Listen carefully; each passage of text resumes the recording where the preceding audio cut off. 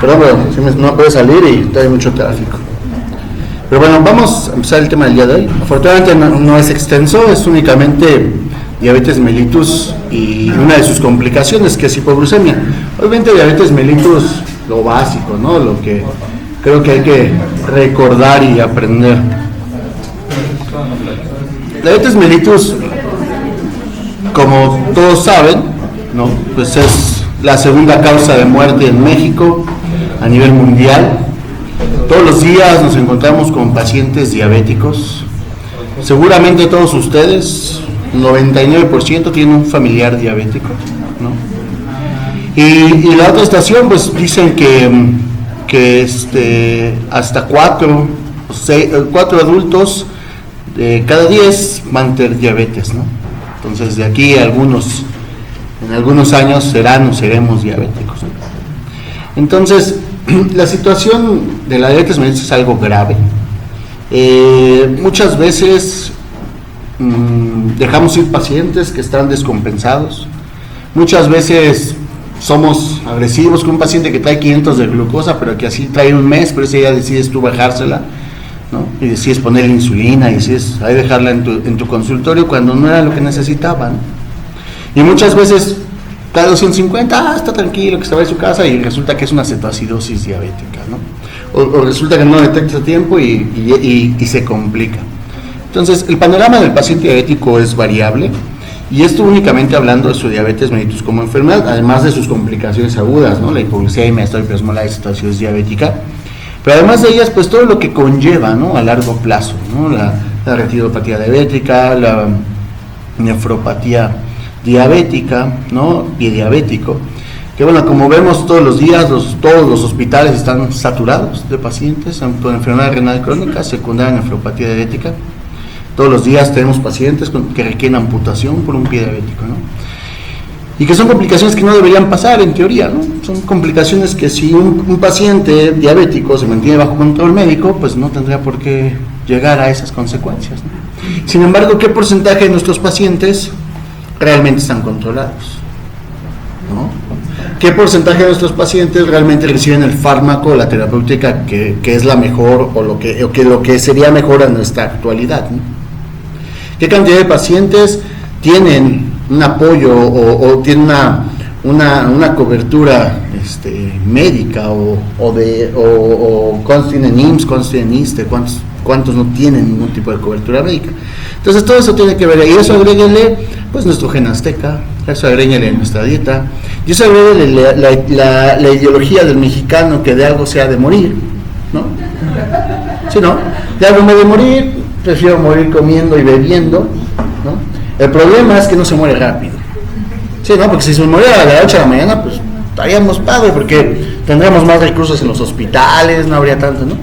Pero el problema es que ya con enfermedad renal de 5 a 10 años, ¿no? Y son pacientes con baja calidad de vida, son pacientes que están con ingresos constantes a las unidades, son pacientes que deterioran a su núcleo social, su núcleo familiar, ¿no?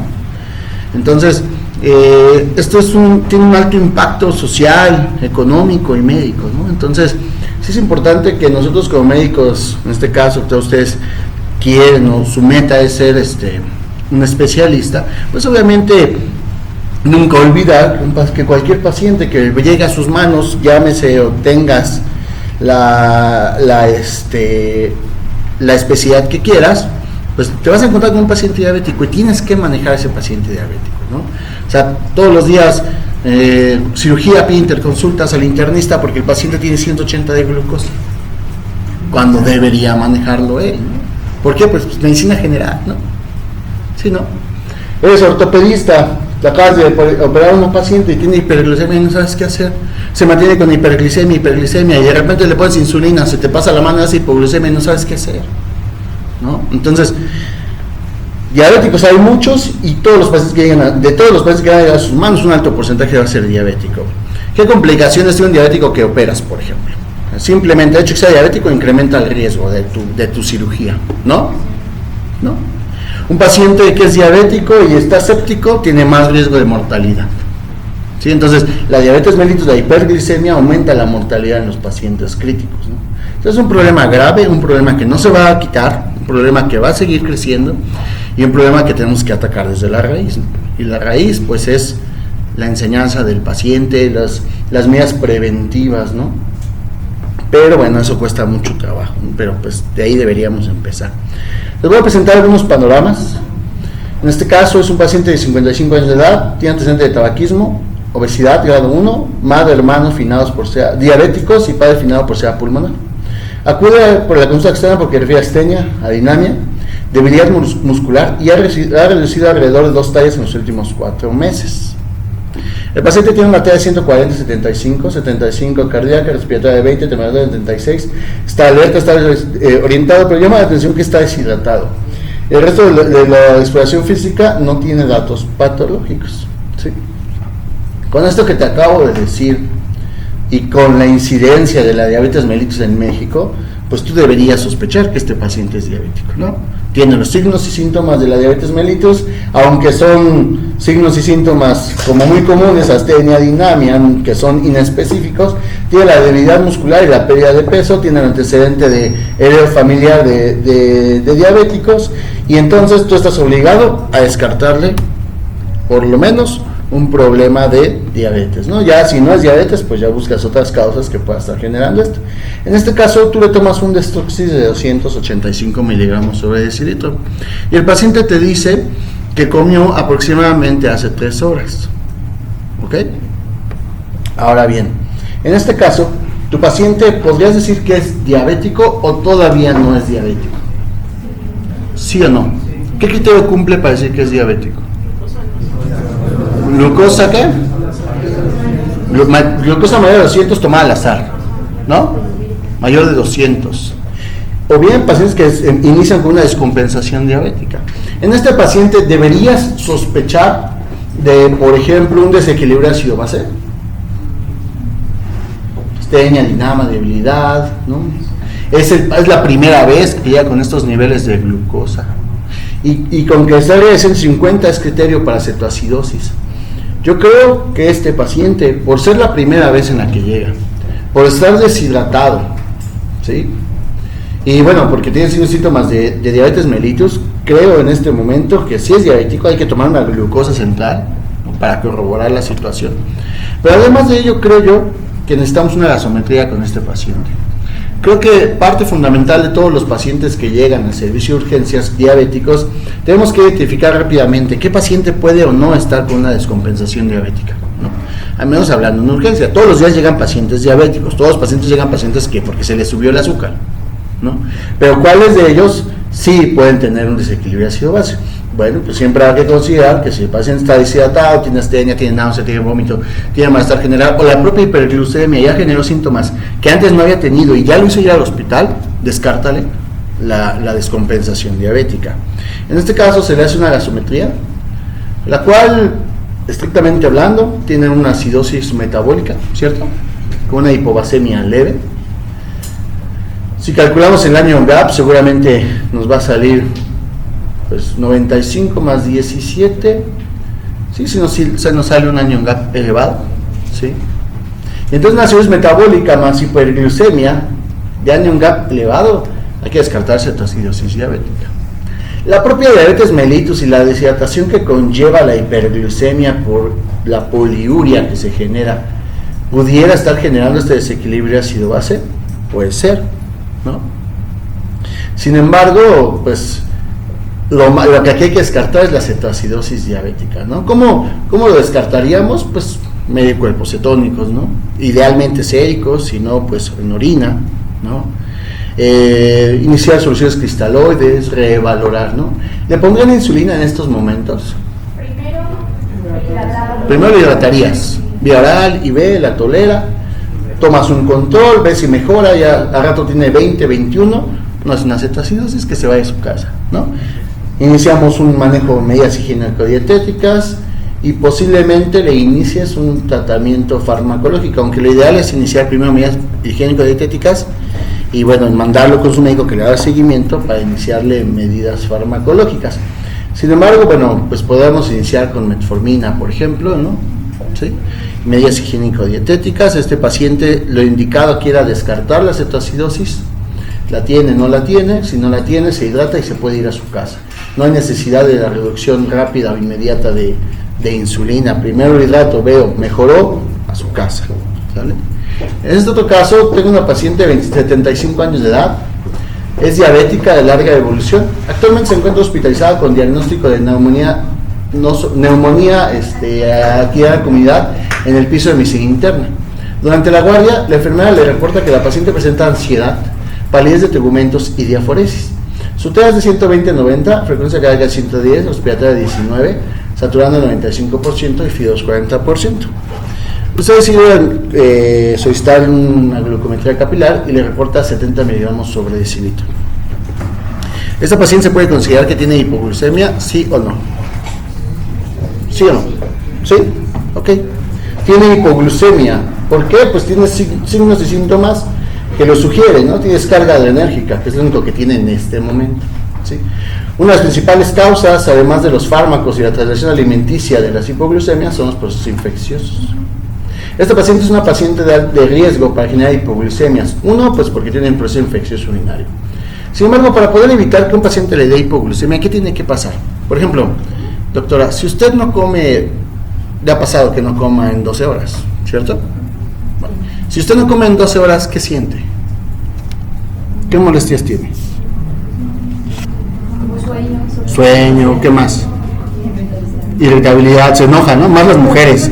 ¡Ya quiero comer! ¿No? Tranquila, amor, espérame, traigo un chocorrol aquí. ¿Sale? Se enoja, ¿no? Irritabilidad, ¿qué más? Mareo, cefalea, ¿no? Temblor, ansiedad, ¿no? Difícilmente te dan diaforesis, ¿no? Difícilmente te da taquicardia, pero pues esos son los primeros. ¿Y qué se despierta? El hambre, ¿no? ¿Sí? Pero si por algún motivo no puedes ir a comer, ¿qué pasa después de un rato? Se te olvida que tenías hambre, ¿no? Y ya estás otra vez bien, despertaste. ¿Esto a qué se debió? A tus mecanismos contrarreguladores hiperglucemiantes, ¿no? ¿Cuáles son estos mecanismos contrarreguladores a una hipoglucemia que elevan los niveles de glucosa en sangre? Tenemos 4 hormonas principales. ¿Cuáles son? El cortisol, ¿cuál? Glucagón, catecolaminas y hormona de crecimiento, también conocida como testosterona, que son las 4 hormonas contrarreguladoras. Y estas 4 hormonas contrarreguladoras, ¿qué generan? Que se elevan los niveles de glucosa. ¿Cómo? Rompemos el glucógeno, glucogenólisis. ¿Qué más? Gluconogénesis. Adquiero glucosa a partir de otros nutrientes, principalmente y de forma primaria de las proteínas, ¿no? Y posteriormente de los lípidos, pero primero proteínas, ¿no? Después, ¿qué más se desencadena? Lipogénesis, lipólisis, proteólisis, ¿no? Y se empiezan a elevar los niveles de glucosa en sangre, porque tu nivel de glucosa siempre debe estar entre 80 y 100, 110, ¿no? En esos rangos. Si tu glucosa empieza a bajar por debajo de los parámetros de 80, el primero que se activa es el glucagón, como quieran decir. Esa es una de las hormonas de respuesta rápida, ¿sí? Posteriormente se despertarán las catecolaminas, y de respuesta tardía, o cuando ya baja abajo de 60, por ejemplo, ya el cortisol y la hormona de crecimiento. Pero lo más seguro es que tú no llegues a que se te active el cortisol, tú llegas el glucagón, o bien lo ideal es que te dé hambre, comes algo y se te pasa. Pero si no lo puedes hacer, pasa el cortisol y ya.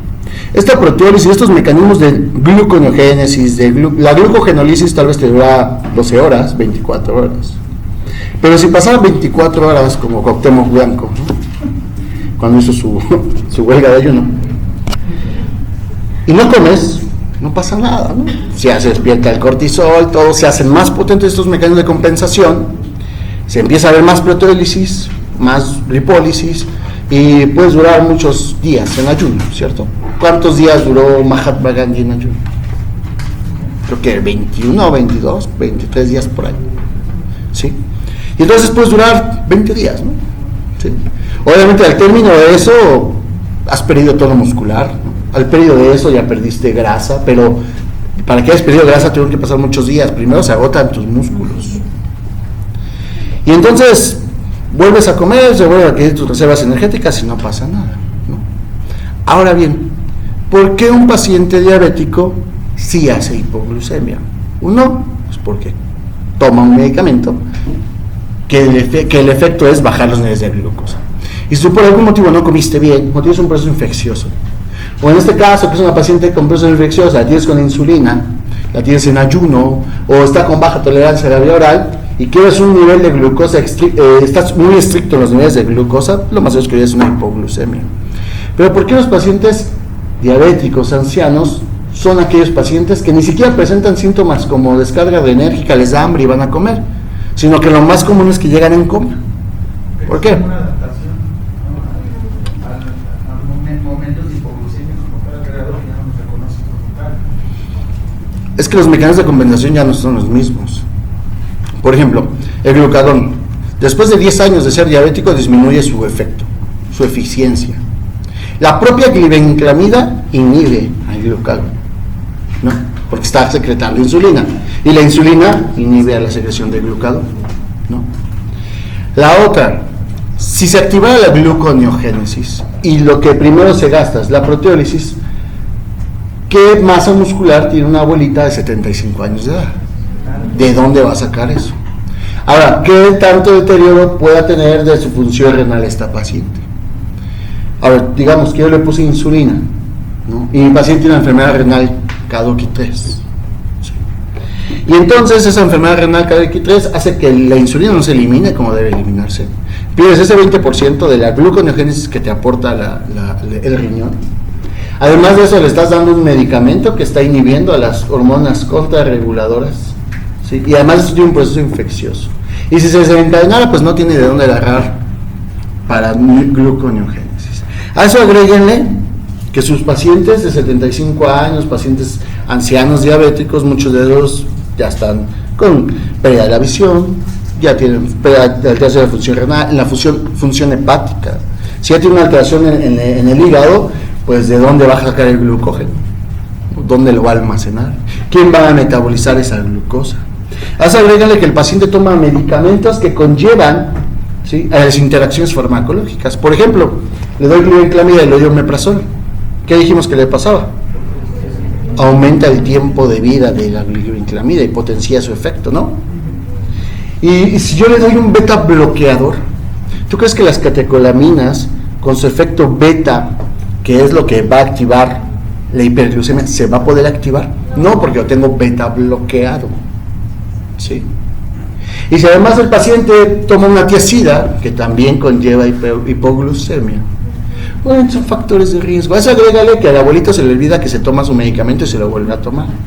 A eso agrégale que los abuelitos luego viven nada más los dos abuelitos, ¿no? ¿Con quién viven? No, pues con mi esposo, y los dos ahí van, ¿no? Y comen lo que pueden, ¿no?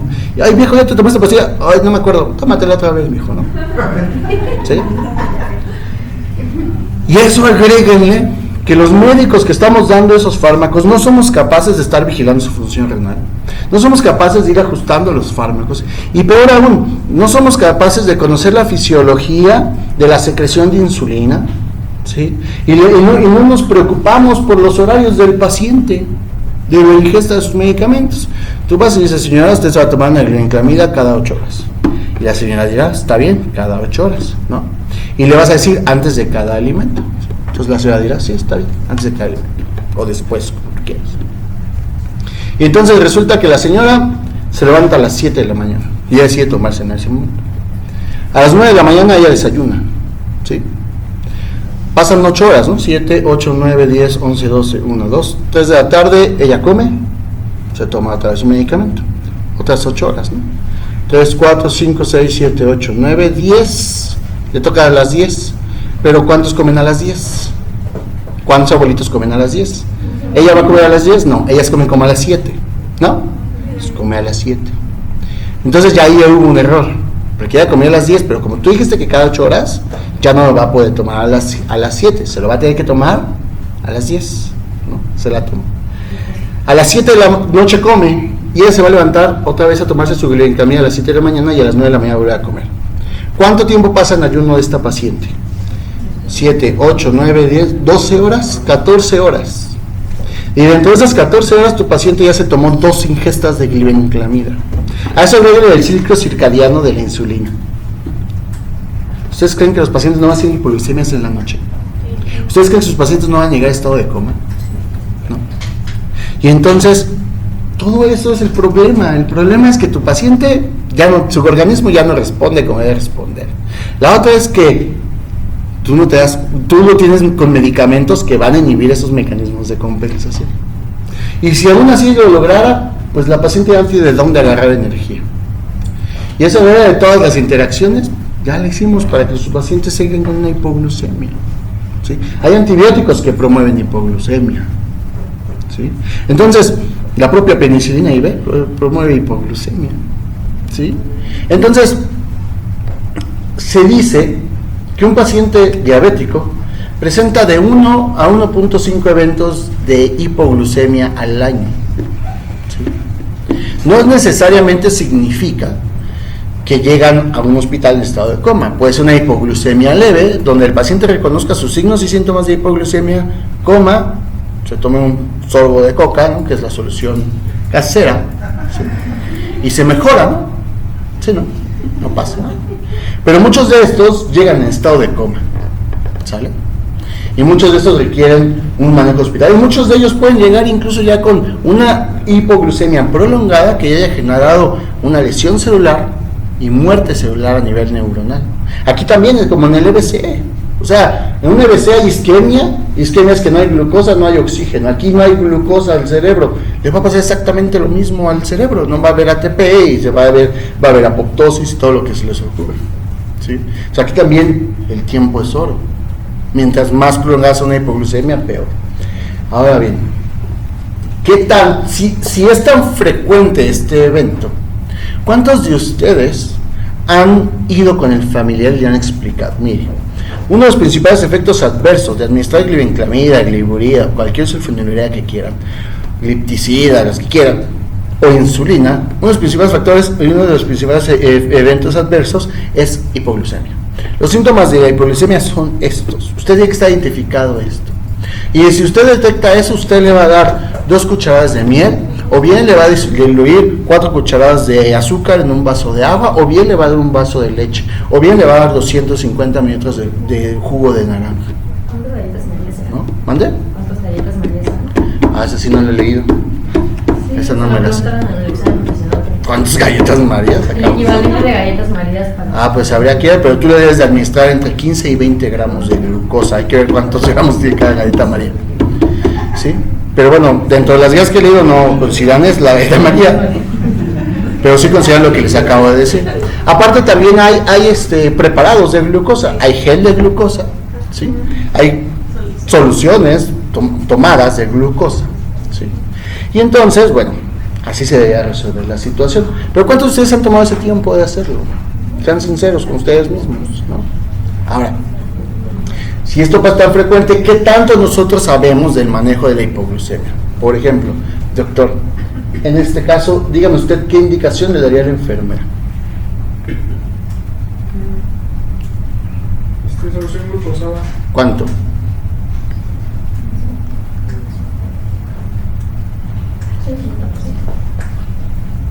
¿Cuánto y cuál?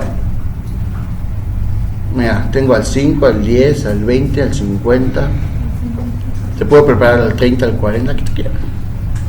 Al 100 no, pero al 50 sí. ¿Cuál quieres? Al 10%. ¿Cuánto? Dime así ya. La enfermera te está viendo así, a ver a qué hora es. 250 mililitros, muy bien. Doctora, ¿usted cuál sería su indicación? Yo le colocaría glucosa al 50. Ok, ¿cuánto? No me acuerdo si son 25 mililitros porque no funciona. 25 mililitros. El frasco viene de 50 mililitros. Ajá, creo que es lo que Ve, la mitad de una glucosal, 50%. Ok, doctora, ¿usted qué le daría? 10% la solución. ¿Cuánto? Por ahí, 25. No, 250. 250, doctora. al 10%. ¿Sí? Sí, no me acuerdo. Doctor. No, el de adelante. El que me dice buenas noches todos los días que llego. Pues primero depende de los síntomas, de la gravedad de la infección, si es leve o moderada. Ahí está. Y en ese caso, si tolera. Ok, eso es lo más importante. Si su paciente tolera vía oral, el tratamiento es vía oral. No tiene por qué estar administrando soluciones glucosadas jamás. Si tu paciente tolera vía oral, no hay indicación de una administración de glucosa. ¿Ok? Bueno, tu paciente está ansiosa, pálida y aforética, pero está consciente. Tolera vía oral. Es una hipoglucemia que puede ser leve o moderada. ¿Qué diferencia hay entre una hipoglucemia leve y una moderada? A ver, ¿qué diferencia hay? ¿Cómo es en el leve? ¿Y cómo es en el moderado? El leve está somnoliento y en el moderado estuporoso. O en el leve está bien y en el otro. Bueno, el leve es aquel paciente que siente síntomas de hipoglucemia, va, agarra su chocorrol y se lo come. El moderado es aquel paciente que tiene síntomas de hipoglucemia, que puede tolerar la vía oral, pero no puede pararse y ir por su chocorrol, necesita que alguien vaya y se lo dé. ¿Sí? Entonces, esa es la diferencia. En este caso, digamos que es una hipoglucemia moderada. ¿Qué le vas a pedir que le administren? Lo que acabo de decirles: jugo de naranja, leche, miel, que es maravillosa, y azúcar. ¿Sale? Pues si tienes tabletas de glucosa, pues más nice. Incluso si tienes gel, puedes usarlo a sublingual, gel de glucosa. Ok, ahora bien, supón que tú estás en tu unidad de primer contacto y llega una paciente con un dato de hipoglucemia sintomática.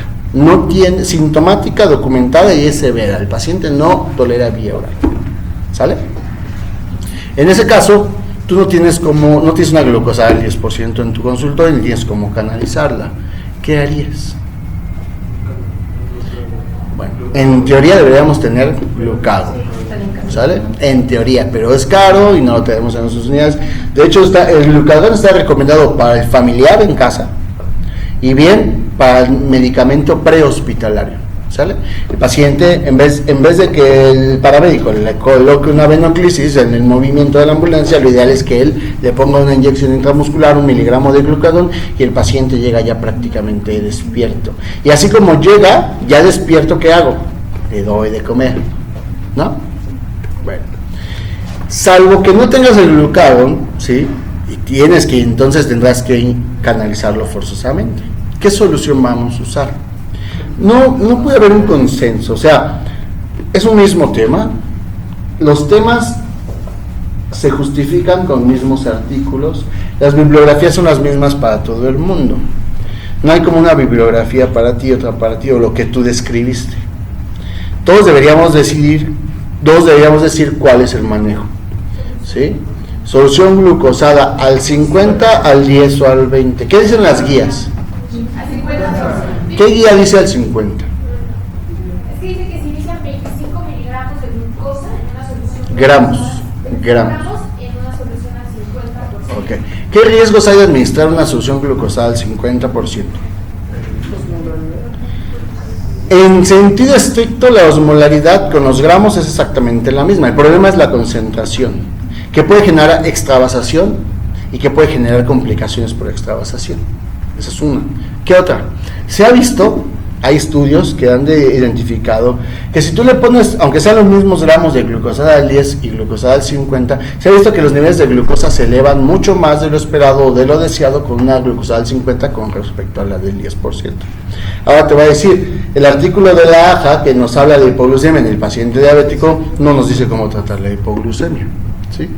El libros de urgencias nos dicen glucosadas, muchos dicen 50%, otros dicen 10%, unos dicen, he leído que hasta digan 0.5 a 1 gramo por kilo de peso, ¿no?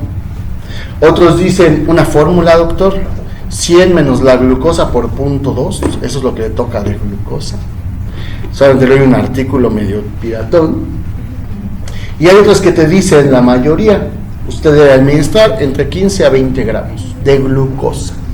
Y B, solución preferible siempre de 10% o 20%, ¿sale?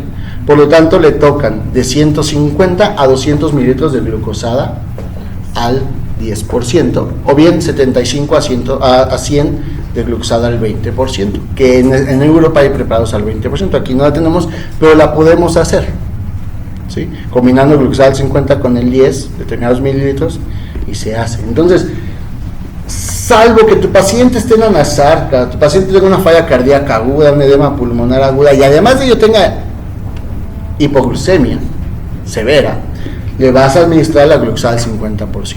Y eso debería ser por un acceso venoso central. ¿Sale? Y eso solamente le tendrías que pasar 30 mililitros, que es lo que sugieren algunos libros y algunos artículos. Ahora, con respecto al manejo de la hipoglucemia, yo me basé en un artículo del 2013, que son las guías británicas del manejo de hipoglucemia en el paciente adulto, ¿sale? Que son las que nos dicen que usamos al 10 al 20. Hice una revisión de libros de medicina crítica, de urgencias, incluso hasta el subirancito, ¿no? Leí como unos 5 o 6 libros del manejo de hipoglucemia y pocos son específicos, ¿sale? Entonces vamos a quedarnos con que tú tienes que administrarle de 15 a 20 gramos de glucosa, ¿sale? Eso es lo que actualmente se dice. Entonces, pero si tu paciente tolera vía oral, ¿sale? Bueno, el paciente, 45 años de edad, ¿sí? Nos pasó en el Ángeles, teníamos 10 hojas para evaluar y la hoja de este paciente decía cansancio. 45 años, cansancio al último, ¿no? Acude al servicio de urgencias al referir cansancio extremo y mucha sed, cosa que no nos dijo el día de admisión, ¿verdad? Desde hace 3 días. Además presenta baja tolerancia a la vía oral, con náusea y vómito, cosa que tampoco nos dijo la admisión. En las últimas 24 horas ha notado dificultad para respirar. ¿Sí? En una de esas dije, 45 cansancio no es normal. Y en una de esos gritos de suerte dije, hay que verlo. Y que lo vea, ¿no? Deshidratado, TA 180, 95, 27, 36, 5. Solicita un Destruxis que nos reporta 410 miligramos sobre decilitro. Todo paciente que tenga náusea, vómito, alteraciones del estado mental y alteraciones respiratorias, tenemos que descartar un proceso de desequilibrio de ácido-base. Se relaciona a la gasometría arterial, en la cual se reportan 10 de bicarbonato, ¿sí? Una acidosis metabólica de anion gap elevado, seguramente con una alcalosis respiratoria concomitante y una hipercalemia. ¿Por qué tiene hipercalemia? Porque tiene una acidosis y la acidosis saca el potasio de la célula, ¿sí? Descompensación diabética. Aguas. 45 años, acude a control del paciente diabético a su unidad familiar, está asintomática, toma metformina, glibenclamida, refiere que cuida su alimentación. Sin embargo, la paciente presenta obesidad grado 2 y no ha recibido ni un gramo desde hace 3 años. Además, refiere que no tiene tiempo para realizar ejercicio porque hay una serie de 4 novelas en la tarde a partir de las 6 que le imposibilita el ejercicio. Sus signos vitales y la exposición física es normal, sin embargo, la enfermera le reporta una glucometría de 400 miligramos sobre decilitro. ¿Ok? Este paciente, ¿se le tiene que descartar un desequilibrio ácido-base? Sí, ya, no hay más. ¿Sale? Gasometría, ¿lo tiene? No. ¿Qué hago? ¿Le pongo insulina? ¿La canalizo? ¿O le ajusto tratamiento y la mando a su casa? A su casa. No tiene por qué hacerle más. Así lo usa ella, ¿no? Bájasela a 100 y la vas a hacer hipoglicemia. ¿Sí? Bueno. 55 años de edad. Está por pielonefritis. Tiene fiebre. Le reporta una hecho con leucocitosis de 17,000, glucosa de 240, creatinina 1.2, potasio de 3. ¿Tu paciente es diabética o no es diabética? Sí, ¿no? Bueno, aquí la implicación es, hay hiperglicemias secundarias a sepsis y no necesariamente puede ser diabético. Por lo tanto, paciente en estado crítico con hiperglucemia puede ser una respuesta metabólica, ¿sí? No puedes decirle, señora, es diabética. No. Lo sacas de y aparte tiene fiebre, va a haber hiperglicemia en la fiebre. Entonces le vas y me dices, ¿sabes qué? Vamos a controlar todo su cuadro. Ya que salga del cuadro, vamos a tomar una glucosa en ayuno, una hemoglobina glucosilada si tú quieres, le tomas su prueba de tolerancia a la glucosa y descartas tu diabetes, ¿sale? Pero entonces hay momentos en los que el paciente va a generar hiperglucemia como mecanismos de compensación y no necesariamente implica diabetes mellitus. Sin embargo, en estos pacientes en estado crítico está totalmente indicado el uso de insulina para mantener niveles de glucosa dentro de parámetros si no muy estrictos, por lo menos ciertos parámetros tal vez entre 120 y 160, ¿sí?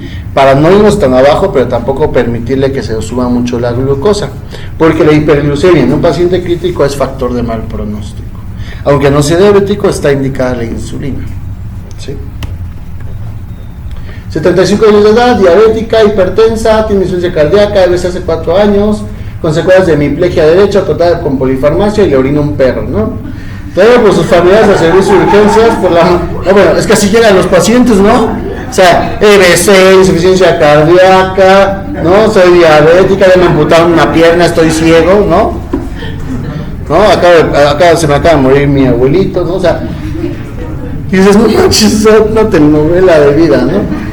Traído por sus familiares, por la mañana observan que la paciente no responde a estímulos externos, la notan pálida diaforética, 80-60, cardíaca de 40, 10 respiraciones por minuto, 35 grados centígrados, saturada al 70%, posterior a su evaluación inicial presenta crisis convulsivas tónico-clónico generalizadas. Bueno, esta paciente puede tener un EBC hemorrágico, esta paciente puede tener un nuevo EBC, puede tener un choque séptico, puede tener un infarto del miocardio, puede tener lo que ustedes quieran, ¿no?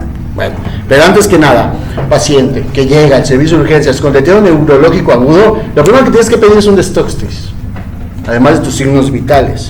Si no es hipoglucemia, búscale otra cosa. Pero si el paciente llega así y tiene low, trata la hipoglucemia, ¿no? ¿Cómo? IV, no, aquí no hay otra, ¿no? Obviamente durante ese momento yo tengo que apoyar la vía aérea. Durante ese momento yo tengo que asegurarme, ¿sí?, su frecuencia cardíaca. Yo tengo que, si está hipotensa y tiene una bradicardia, yo le pongo atropina, ¿no? O sea, tu ABCDE más el tratamiento. Ahora, ¿mejora con esto? Sí. ¿Fue prolongado? Probablemente no mejora. O es otra causa, o tiene otra cosa, búscale ya otra cosa. Pero no puedes pensar otras cosas si no has eliminado ese factor, ¿sale? Si despierta, pues ya no le intubas, ¿verdad? Ya se salvó. No despierta, ya tiene 100, ya tiene 180. No despierta, pues tubo y le hago un ataque, ¿no? Y le busco todas las demás otras situaciones que puedan estar generando esta situación.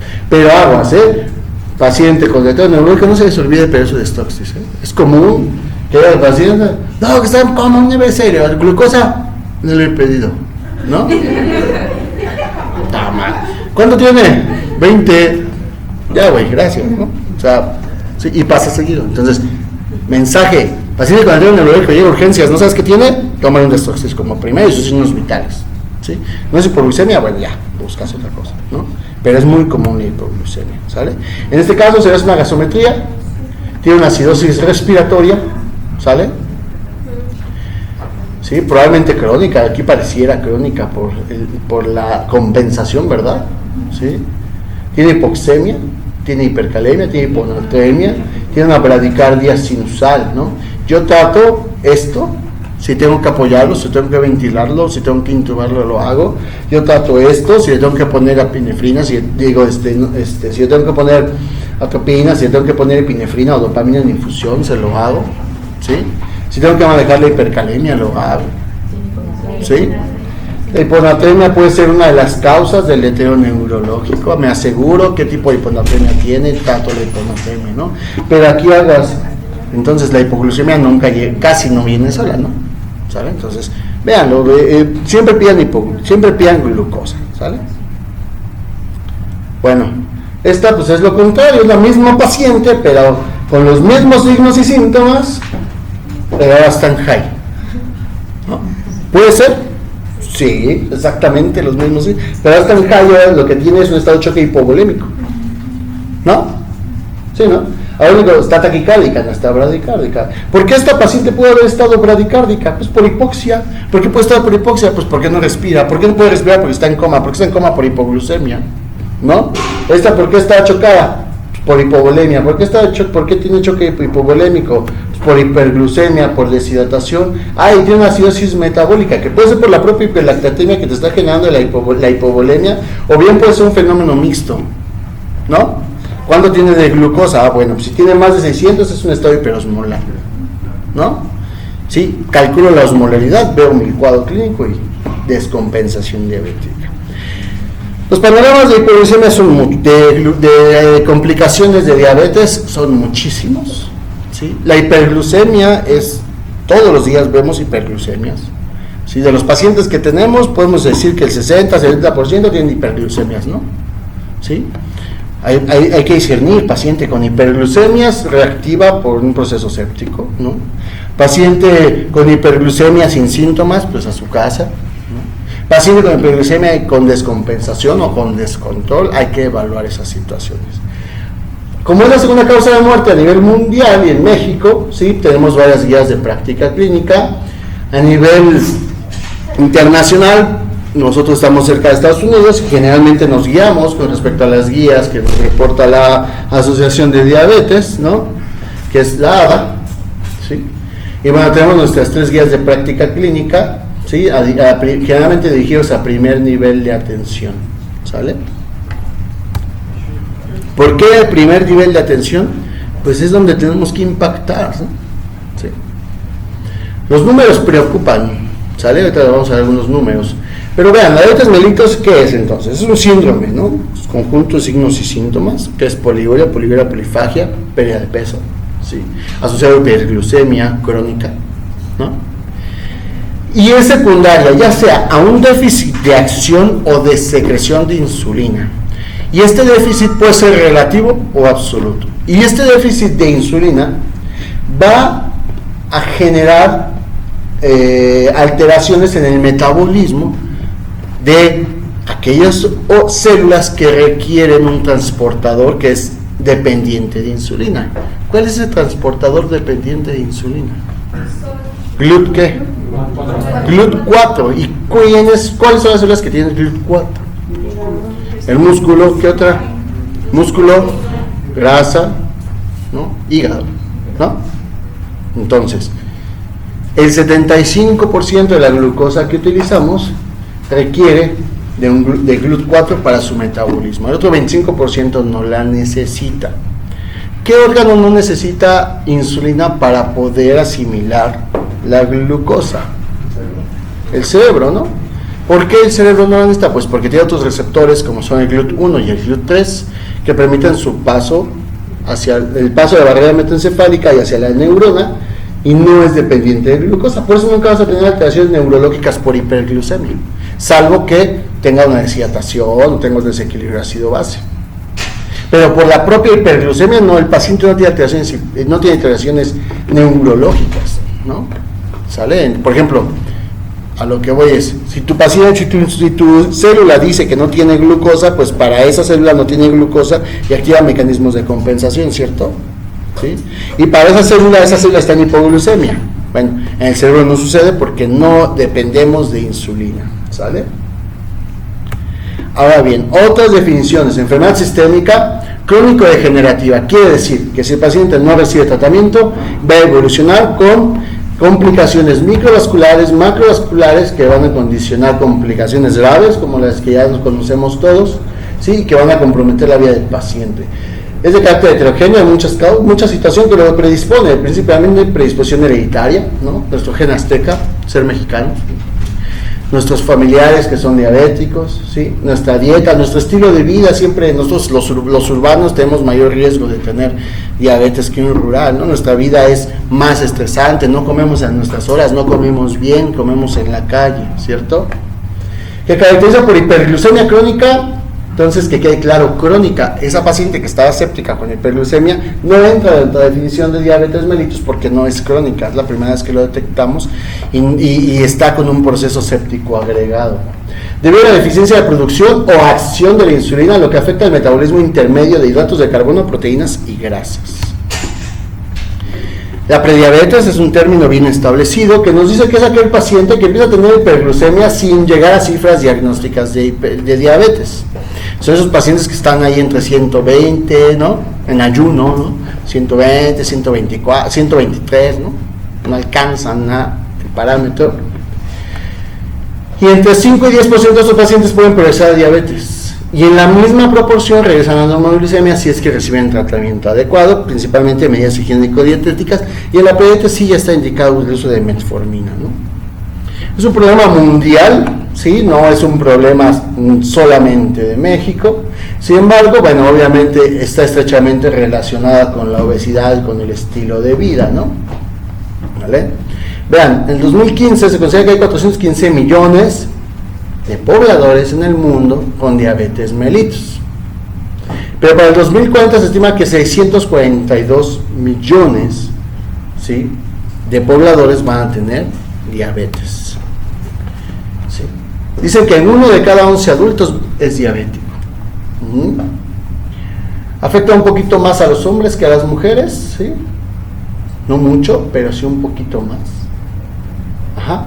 Obviamente está estrechamente relacionado con la edad. Mientras más adulto, edad más avanzada, mayor proporción de pacientes diabéticos, ¿sí? Mucho más en medio urbano que el rural. Tiene mucho que ver con nuestro estilo de vida.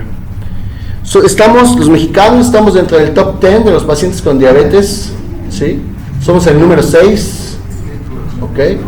Y eso porque somos menos mexicanos que chinos y que hindús, ¿no? O que indios, porque también está bien dicho decir indios, ¿sí? Pero vean, o sea, top 10 solamente abajo de Estados Unidos, de Brasil y de Rusia, ¿no? ¿Cuántos países tiene el mundo? ¿Alguien sabe? ¿No? ¿Cuántos países hay en el mundo? Bueno, de todos los países que hay en el mundo, que no me acuerdo, se me acaba de ver el dato, estamos en el número 6 de diabetes, ¿no? Ahora, ¿cuántos mexicanos toman Coca-Cola? E incluso, pues en nuestro medio es la moneda, ¿no? Oiga, Doc, toma una radiografía. Sí, como no, una coca. Oiga, ¿qué sabe este paciente? Como no, Doc, la coca. Oiga, que nació en la cama el bebé, las cocas, doctor. Que puse el catete, las cocas, ¿no? Sí, ¿no? Oiga, que el hemotórax, las neumotórax del catete, las cocas y el pastel, ¿no? Entonces, en nuestro propio medio es común la ingesta de Coca-Cola. Incluso hay comunidades indígenas que tienen más facilidad de obtener Coca-Cola que obtener agua. Es más barato tener coca que leche, ¿no? O que otros productos, ¿sí? Y la otra cosa es, lo tienes, dices, a ver, ¿cuánto cuesta una coca de 1 litro? Como 10 pesos, nada más, ¿eh? No me acuerdo, ¿sale? 15 pesos. Tengo 15 pesos, ¿compro una coca o compro medio kilo de huevo? Una coca. Sí, ¿no? Así le hace la gente. Coca, glibenclamida, coca, ¿no? ¿Sí? Porque aparte es adictiva, ¿cierto? Yo apenas estoy logrando detener esa adicción, pero hubo un tiempo de mi vida, ¿no?, donde tomaba la coca y sentía así placer de ¿no? Así como la de ¿cómo es la Requiem por un sueño? Así, ¿sale? Pero también vean, somos un país también en el top 10, casi no entramos, pero entramos, de pacientes con diabetes mellitus tipo 1. Entonces también somos un país con diabetes mellitus tipo 1. Acabo de ver una niña que tenía 4 años, ¿no? La otra vez llegó una niña de 2 meses de edad con hiperglucemia, ¿no? Y dices, no manches, 2 meses, ¿no? ¿Cómo crees? ¿Sí? Y con cetacidosis, ¿eh? ¿Sí? Y dices, no, ¿cómo crees? Eso no es posible, ¿no? Bueno, pues sí. Ahora, a esto agréguenle la obesidad de los niños. Nuestros niños son obesos, muchos, ¿no? Y ahora, pues, con la tecnología de la globalización, peor, ¿no? ¿Cuál es nuestro panorama? Bueno, tenemos aproximadamente 11.5 millones de personas con diagnóstico de diabetes. Del total de la población mayor de 20 años, 4.3% de ellos vive con diabetes e hipertensión arterial.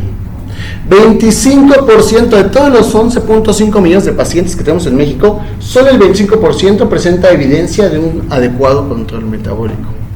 75%, que son más o menos 8 millones de pacientes, están descontrolados. 13% de 11 millones reciben insulina. ¿Por qué nadie le pone insulina al diabético? ¿Dónde dice que está contraindicado? ¿Dónde dice que te tienes que esperar hasta que ya te agotaste todos los antidiabéticos orales? Y ya además, si además de todo eso no mejora, tienes que ponerle insulina. ¿Dónde dice? No, tienes que usar insulina si el paciente ya no estás controlando bien, el paciente no está comiendo bien, no está haciendo caso, hay que poner insulina. ¿Por qué no usamos insulina? ¿Por qué está subutilizada la insulina? Los costos, uno. Y otra, la satanización de la misma. Satanización incluso en nuestro medio, Porque luego dices al médico, oye, pues ya pon insulina, ya manda la insulina. No manches, ¿no ya es mucho? Güey, nunca dice que ya es mucho. ¿Dónde dice que ya es mucho? ¿Dónde dice que es más potente o que tiene mayores factores adversos? O sea, ¿dónde dice? ¿No? En nuestro propio medio satanizamos. Y eso agréguenle que la gente la sataniza. No, es que si me pone insulina me voy a morir. No, es que le pusieron a mi abuelita insulina y se quedó ciego. No, es que le pusieron insulina y le cortaron el pie. Bueno, es que lo que pasa es que se la pusieron demasiado tarde, ¿no? Ese fue el problema. 16% no cuenta con protección de salud, 24.7% está en riesgo alto y casi el 50% muy alto de padecer complicaciones. El 90% de los casos de diabetes mellitus en México corresponde al tipo 2 y los pacientes en México viven aproximadamente 20 años en promedio con la enfermedad y se dice que viven entre 10 y 15 años con la enfermedad sin ser diagnosticada, ¿no? Segundo lugar de muerte en México y no va a parar, ¿no? Es un problema que va empeorando. ¿Sale? Factores, ya lo habíamos dicho, ¿no? Nuestro propio medio, el propio agente y nosotros, nuestra situación que no podemos cambiar y situaciones que sí podemos modificar, ¿no? Por ejemplo, deja de fumar, ¿no? Por ejemplo, pues vamos a comer bien, pero es difícil eso, ¿no? Bueno, no es difícil, pero nosotros lo hacemos difícil, ¿no? ¿Sale? Aparte, aquí a mexicano no le gustan los tacos, ¿no? ¿Sí? ¿Quieres conquistar a una mujer? Llévale los tacos. ¡Ah!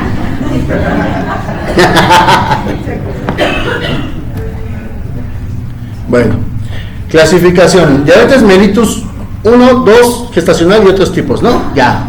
1, paciente, no le decimos insulino dependiente, ¿verdad? Porque puede haber dos, o sea, en realidad todos somos insulino dependientes. Tú necesitas insulina, ¿no? Yo también soy dependiente de insulina, ¿no? Cuando dicen oxígeno dependiente, no, pues yo también, nada más que seas pescado, y digo, no es que seas pez, ¿no? Pero también el pez requiere oxígeno, ¿no? Sí, pues sí. Oxígeno dependiente, no, pues yo también, güey. Sí. Quítamelo y vas a ver qué me pasa, güey. ¿No? Entonces, eso de insulina dependiente se refiere a un término donde el paciente requiere administración de insulina exógena, forzosamente para el control, y no está destinado nada más para el paciente tipo 1. Hay pacientes con tipo 2 que requieren insulina, forzosamente para mantener un control de glucosa. En el tipo 1, básicamente es un proceso autoinmune, básicamente es en pacientes jóvenes, básicamente es en pacientes delgados y su principal complicación es la cetoacidosis diabética. Eso no implica que un diabético tipo 2 no pueda presentar una cetoacidosis diabética y viceversa, aunque es muy poco probable que un diabético tipo 1 llegue con estado hiperosmolar, porque para que esto suceda tiene que pasar muchos días sin que el paciente tome agua y generalmente el cetoacidótico sí toma agua, que no la tolere es otra cosa. Pero el estado hiperosmolar casi siempre es de los pacientes muy ancianitos que empiezan con deterioro, no hay quien los cuide, no hay quienes de agua y bueno, llegan con un déficit de líquidos muy extremo, con estado de choques hipovolémicos, ¿no? El caso de diabetes tipo 2 es lo más común. Aquí hay un déficit relativo de insulina, aunque no siempre puede haber ya un déficit total de insulina, y esto básicamente será la resistencia periférica a insulina, cuyo principal factor de resistencia a la insulina periférica pues es la obesidad, ¿no? Tenemos diabetes mellitus gestacional diagnosticada en el segundo o tercer trimestre del embarazo y muchas de ellas pueden evolucionar con diabetes mellitus y otros tipos específicos, otras causas principalmente hormonales y genéticas, ¿no? Sí, otras causas de diabetes mellitus, ¿no? Las famosas MODY, ¿no? ¿Sí? Alteraciones endocrinas, ¿no? El propio Cushing, ¿sí? Algunas otras como el síndrome de Down, Klinefelter-Turner, los hacen propensos a diabetes. Y en este caso, pues son otro tipo de diabetes. El diagnóstico de diabetes mellitus nos lo dio la ADA, ¿no? Y dice, paciente con signos y síntomas de diabetes mellitus y hay con un criterio suficiente. Glucosa arriba de 126 en ayuno y ayuno arriba de 8 horas, ¿no? Prueba de tolerancia a la glucosa, ¿no? ¿Sí? Prueba de tolerancia a la glucosa después de administrar glucosa medida. Hemoglobina glucosilada arriba del 6.5%, ¿sí? O bien, paciente que tiene signos y síntomas de hiperglucemia o tiene una crisis hiperglicémica con una glucosa esporádica, arriba de 200 se considera diabetes mellitus, ¿sale? Hay que recordarles que es la glucosa, pues nada más es una exosa, ¿sí? principal fuente de energía, no hay forma de obtener ATP que no sea con glucosa y con oxígeno. Todos los nutrientes se tienen que convertir en glucosa, se tienen que unir, formarse hidrogeniones y entrar a la cadena respiratoria para producir ATP, no hay más, ¿no? No hay otra forma, ¿sí? A menos de la vía anaerobia, pero ya sabes que eso es ineficaz, ¿sí? Y aún así requiere de glucosa. Ajá.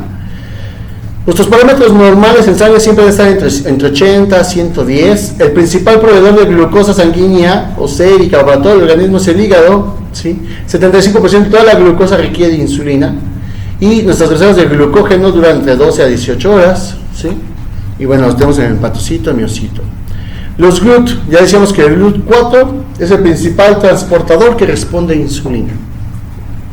GLUT1, GLUT3 se encuentran en el sistema nervioso central básicamente y permiten que entre fácilmente la glucosa a la neurona.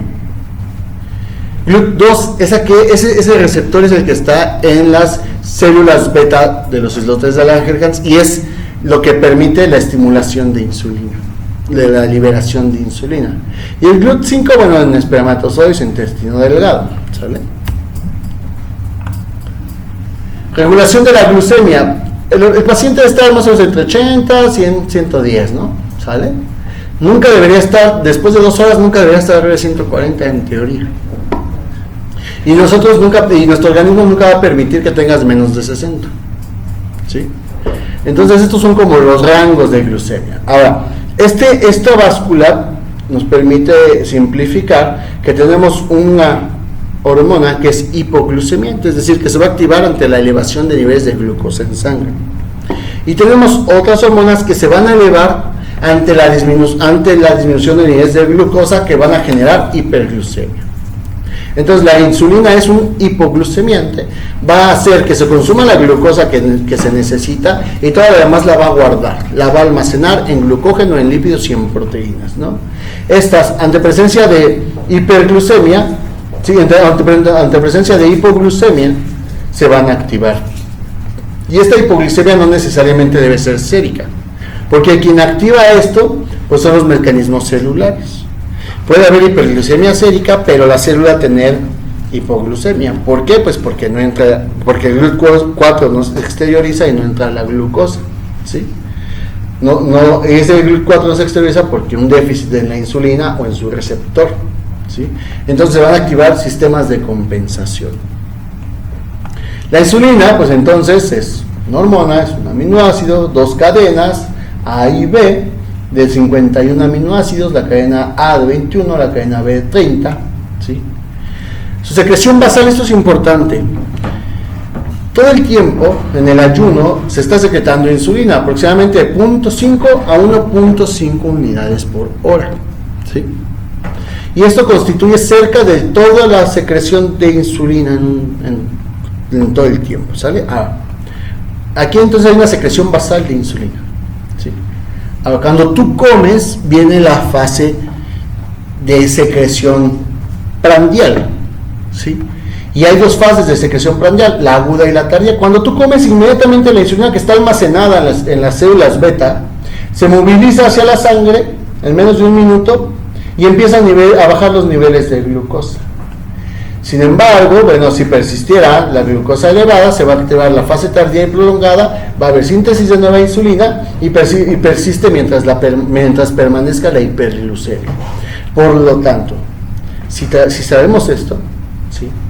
Y yo le pongo un esquema de insulina a un paciente y digo que se le ponga un esquema de insulina cada 6 horas y la enfermera se lo pone cada 6 horas sin importarle a qué hora come el paciente, nunca vamos a lograr un control glucémico, ¿sí? Porque simple y sencillamente la secreción de insulina debe ser prandial, ¿sí? Digamos, yo digo a la enfermera cada 6 horas, ¿no? Y el paciente llegó a las 5 de la mañana. Bueno, pues ella a las 5 le va a poner lo que le toque de insulina, ¿no? Y le dan de desayunar a las 10 de la mañana, ¿no? Se lo puso a las 6, 7, a las 12 ella se lo va a volver a poner, 2 horas después de que comió, cuando debería haber sido antes, ¿sí? Y eso va a promover a que no le controlemos la glucosa, o a que haga hiperglucemia o incluso a llevarle una hipoglucemia, ¿sí? Entonces, debemos conocer los mecanismos de secreción de insulina endógena para poder usar la insulina exógena. ¿Sí? Y esta falta de conocimiento es lo que promueve que nuestros pacientes diabéticos no lleguen a un control o bien generen complicaciones secundarias al uso de este fármaco. E incluso en un paciente que está en ayuno, ¿sí?, pero que se está administrando glucosa o está en un periodo metabólico, está con hiperglucemia, pues está totalmente justificado una infusión de insulina a dosis baja, ¿no?, como una secreción de insulina basal, más incluso pudieras tú poner un esquema de insulina, o la otra es usas insulinas de acción prolongada, ¿no?, más esquemas de insulina de acción rápida preprandiales o prandiales, ¿no?, generalmente son preprandiales, ¿no? Sí.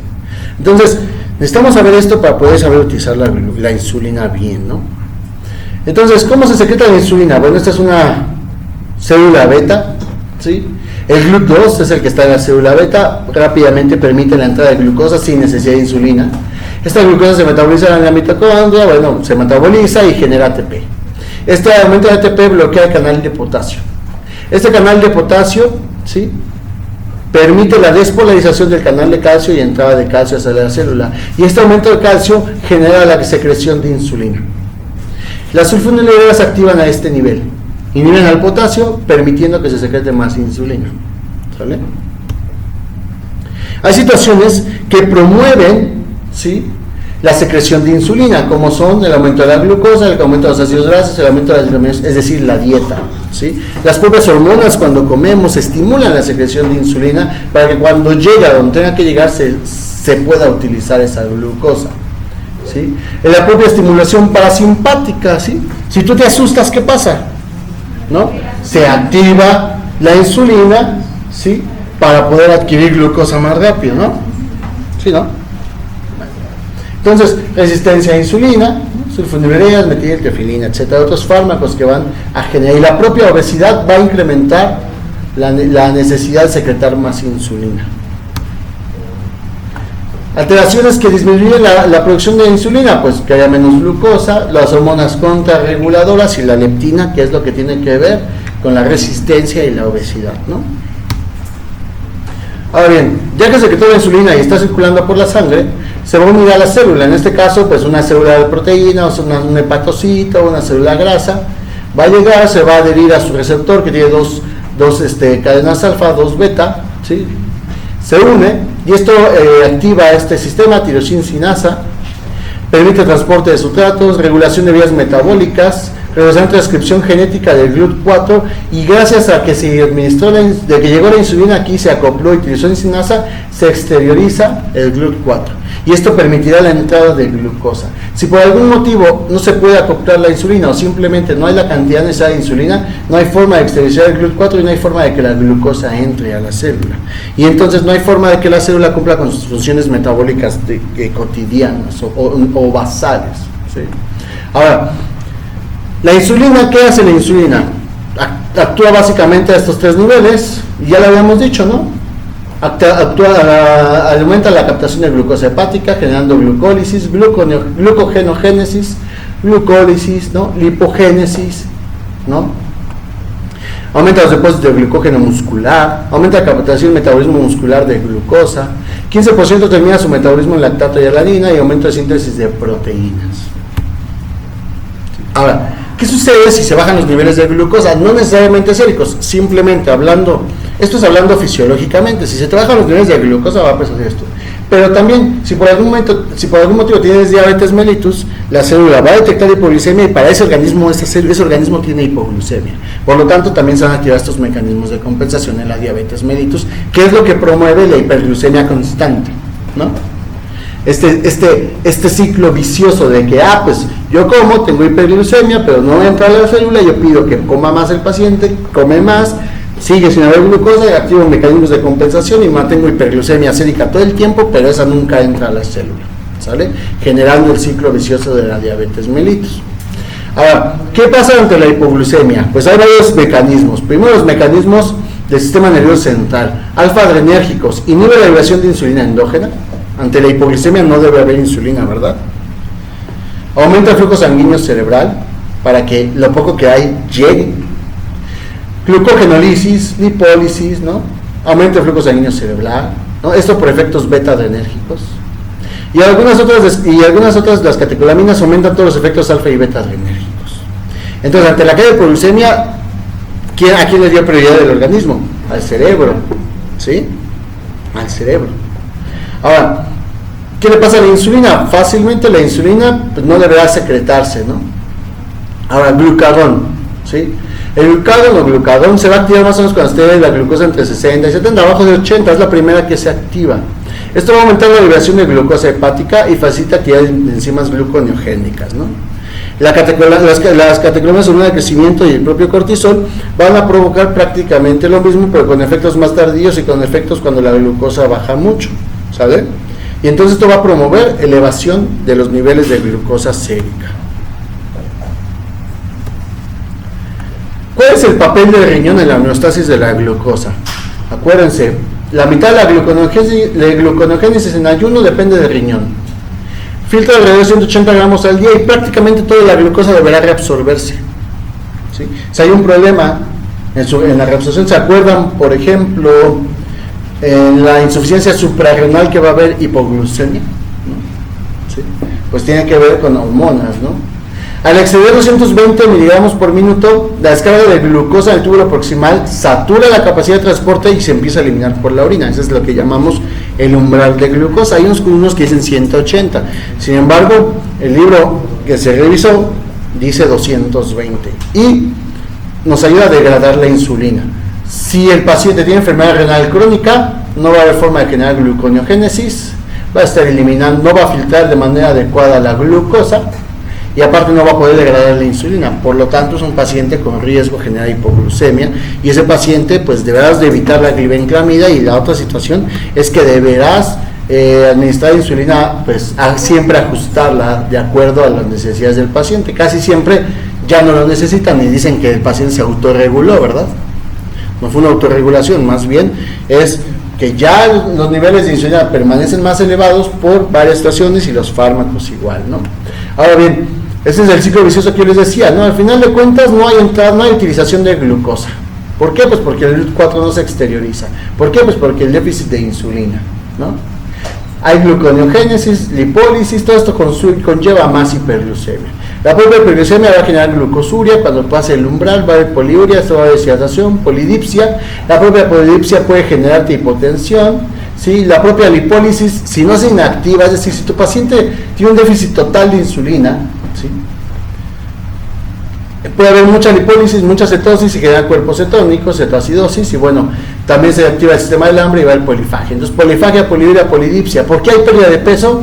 Pues por la lipólisis y por las pérdidas musculares. Se han visto que los diabéticos siempre siguen estando con el panquecito, pero con las piernas y los brazos delgados, ¿no? ¿Por qué? Pues porque se ha estado consumiendo eso. Cuando el paciente diabético pierde peso, no se ve más flaquito, no le bajó la panza, porque estaría padre, ¿no? Que te bajara la panza. Lo malo es que te baja la glucosa, y digo, te bajan los músculos. Si te bajan los músculos, tienes debilidad, cansancio, ¿no? Fatiga, astenia, dinámica.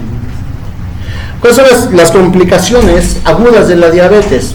Básicamente 3. Hay por ahí quien dice que acidosis láctica hiperglucémica, que no se considera dentro de las crisis hiperglucémicas, al menos todavía no por la ADA. Y la que hoy nos conlleva, la que hoy vamos a ver es hipoglucemia. No vamos a tardar mucho porque prácticamente ya lo dijimos con los casos clínicos. Sin embargo, es importante recordar que la hipoglucemia se define gracias a la teoría de Whipple. Todavía. Yo no estoy de acuerdo que siga definiéndose así, porque Whipple para empezar fue un cirujano. Entonces, tengo mis dudas, ¿no? Segunda, se definió en 1940 y tantos. Tercera, se definió por un paciente con insulinoma. ¿Sí? Y entonces, dicen, cuadro clínico de hipoglucemia. Cifras séricas de glucosa, aquí ahí depende. En términos generales, pacientes no diabéticos abajo de 50. Pacientes diabéticos abajo de 70. ¿No? Eso dice la guía de la ADA. Y que debe revertir los síntomas al administrar glucosa. Bueno, ¿por qué no estoy de acuerdo con esta teoría de Whipple? Si esto parece hipoglucemia, es hipoglucemia, sí. Pero no se va a cumplir siempre. Por ejemplo, cuadro clínico de hipoglucemia. El cuadro clínico de hipoglucemia es ataque adrenérgico, ¿no? Palidez, diaforesis, ¿no? Después, ansiedad, hambre. Después, deterioro neurológico, ¿no? ¿Y cómo te explicas entonces que de repente el paciente no tiene nada de eso y de repente está en coma? Bueno, pues porque ese cuadro clínico depende de la integridad de los mecanismos que lo compensan. Si esos mecanismos de compensación no están íntegros, tu paciente no va a presentar un cuadro clínico típico de hipoglucemia. ¿Sí? Ahora, tu paciente toma beta bloqueador, ¿no?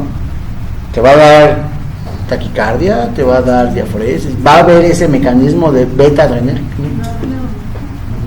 ¿Sí? Tu paciente es diabético desde hace muchos años, ¿va a haber mecanismos de compensación normales? No. ¿Sale? Ahora, cifras séricas de glucosa, bueno, ya les decía, de abajo de 50 si no es diabético, abajo de 70 si es diabético, pero acá dice un artículo que dice, es que ahora no es cierto, o sea, si tu paciente tiene signos y síntomas y la glucosa está arriba de 70, sigue siendo hipoglucemia, amigo. Tiene 100 y él está acostumbrado a tener 600, tiene síntomas, es hipoglucemia. Que en esa dieta la mencionan como una hipoglucemia relativa, es otra cosa, pero no deja de ser hipoglucemia. ¿Sí? Entonces, parámetros depende de los niveles depende de muchas cosas, depende de los niveles de glucosa que el paciente tenga de manera crónica, depende de qué tan rápido bajó ese nivel de glucosa, ¿no? Depende de eso todas las manifestaciones clínicas que presenta el paciente. Y la otra, reversibilidad de los síntomas, bueno, es que depende. ¿Cuánto tiempo estuvo en hipoglucemia? ¿Qué tan íntegro era su estado, su cerebro? O sea, ¿estaba viciado? Si tu paciente ya tiene un antecedente de BC, ¿tú crees que va a revertirse así? ¿Va a despertar como si nada? Si tiene medio hemisferio infartado, ¿no? Pero esto está así, ¿no? Llega en coma y se queda así. ¿Revirtió? No. ¿Sí? Fue crónico, quedó con la encefalopatía por secundaria, una hiperglucemia prolongada.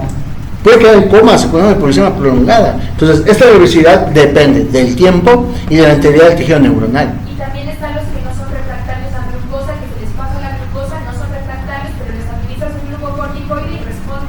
Bueno, es que esos pacientes son pacientes que, bueno, ya tienen, por ejemplo, generalmente los que requieren glucocorticoides son aquellos pacientes que tienen enfermedad renal crónica y están asociados a insulina o a glibenclamida, ¿no? Porque la glibenclamida se mantiene mucho tiempo ahí, ¿no? Hasta 72 horas. Generalmente son los que necesitan ya la hidrocortisona. O bien puede tener algún otro trastorno, a lo mejor también es diabético y de repente tiene hipotiroidismo, ¿no? Entonces, depende de muchas situaciones. Es posible que la teoría de Whipple, pues, es vigente. La teoría de Whipple, si la preguntan, pues te tienes que saber, pero depende de cada uno de sus puntos de varios factores.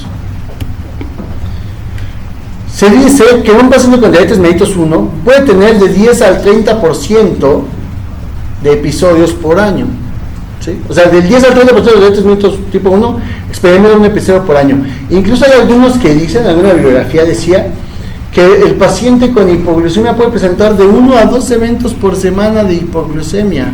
Hipoglucemias leves, que ya me sentí tantito mal por la insulina, van, se toman algo y ya saben que así se mejoran inmediatamente, pero no deja de ser hipoglucemia y no deja de ser secundario un fármaco. 10% de hipoglucemias son severas, solo 2 o 4% fallecen, 5 a 32% de pacientes hospitalizados trastornos con insulina, ¿sale? Ya presentan hipoglucemia, tratados con insulina presentan hipoglucemia, o sea, estás hospitalizado a un paciente, le estás manejando insulina y te va a hacer hipoglucemia. Diabetes mellitus 2, incidencia de 1 a 1.7 episodios por año, por paciente. Poco común en pacientes no diabéticos, aunque hay causas de hipoglucemia en pacientes no diabéticos, como la hipoglucemia posterior a un ejercicio, como la hipoglucemia postprandial, ¿no? No sé si la han oído, o la hipoglucemia en un paciente con insulinoma o por algunos trastornos hormonales, ¿sale? Pero en este caso estamos hablando de hipoglucemia en el paciente diabético, pero la hipoglucemia en un paciente no diabético es poco común. ¿Por qué? Pues porque hay mecanismos de compensación. Cuando llega un residente y me dice que tiene hipoglucemia, lo primero que le pregunto es, doctor, ¿cuáles son los mecanismos de compensación de la hipoglucemia? Porque me dice, tengo hambre, doc. A ver, ¿cuáles son los mecanismos de compensación? No, a ver, glucagón, cortisol, ¿no? Ya, ok. Doctor, si tienes 80 ya se activó el glucagón, no te preocupes. Si tienes 60 ya se activó el cortisol. A ver, ¿tienes músculo? Sí, no pasa nada. Ahorita en una vez se te olvida que tienes hambre, ¿no? Te voy a dar agua con sal para que no te me salses así. ¿Pero ir a comer, doctor? No, ¿para qué? Mecanismo de compensación, doctor, ¿qué no sabe? pues, va a pasar, son mecanismos, ¿no? Oye, si tengo 12 horas, glucógeno, güey, te dura hasta 18 horas. Oye, es que me siento mareado, ahorita se te olvida, mira, hay mecanismos de compensación que lo primero que le va a dar prioridad es a tu cerebro, entonces no te preocupes, ¿no? Y entonces terminan sin comer, ¿no? Después de que los molesto, y se está viendo, ya no tengo hambre, abre, con cuidado, ¿no? Y es más, si te tomo la glucometría y no tienes abajo de 80, te guardo, por mentiroso. En pacientes hospitalizados de necesidad orgánica, malnutrición, sepsis, polifarmacia, son pacientes con mayor riesgo de hipoglucemia, ¿sale? La glucosa cerebral requiere del aporte continuo de glucosa. No es como que la glucosa de repente se me baja en la sangre y tengo aquí mi glucosa esperando, ¿no? Tengo glucosa almacenada en la glía, pero dura escasamente 1 o 2 minutos. Se agota muy rápido. Entonces depende del flujo continuo de sangre que trae la glucosa, ¿sí? Gracias a la glucosa se mantienen los gradientes iónicos, se mantiene la regulación de sodio, de calcio. Lo que más o menos hablamos en choque, pues lo mismo le pasa a la neurona cuando no hay glucosa, ¿sale? Liberación y recaptura de neurotransmisores, alteración de la función mitocondrial, y claramente un paciente que tiene una hipoglucemia severa por mucho tiempo puede llevarte a muerte celular. Ahora, ¿de qué depende que haya una adecuada respuesta contrarreguladora a la neuroglucopenia? Del estado de flujo sanguíneo cerebral. Si estás hipotenso y tienes hipertensión intracraneal, no vas a tener un adecuado mecanismo. La integridad de tu tejido cerebral, lo que te decía, ¿no? Es que hace 10 años le drenaron un hematoma epidural y tiene una zona isquémica, pues no va a ser la misma respuesta. ¿Qué valor prevalente tenía la glucosa arterial? ¿En qué velocidad cayó la concentración? ¿Qué disponibilidad de energéticos metabólicos tiene ese paciente? ¿Sí? Y la otra, ¿qué tan posible o qué tan factible es que tu paciente responda o estas hormonas contrarreguladas se activen? Por ejemplo, decía, el glucagón disminuye su acción y sus concentraciones después de 15 a 20 años con diagnóstico de diabetes mellitus, ¿sí? Entonces, imagínate un paciente que tiene 15 años de diabético, cuando se quiera responder, la primera manera que responde no lo va a lograr porque ya se disminuyó su acción, ¿sí? Ahora, ante valores normales de glucosa, la barrera metoencefálica, pues digamos que yo tengo aquí mi GLUT1, tengo tres moléculas de glucosa, pasan la glucosa, llegan los GLUT3 y entra la neurona.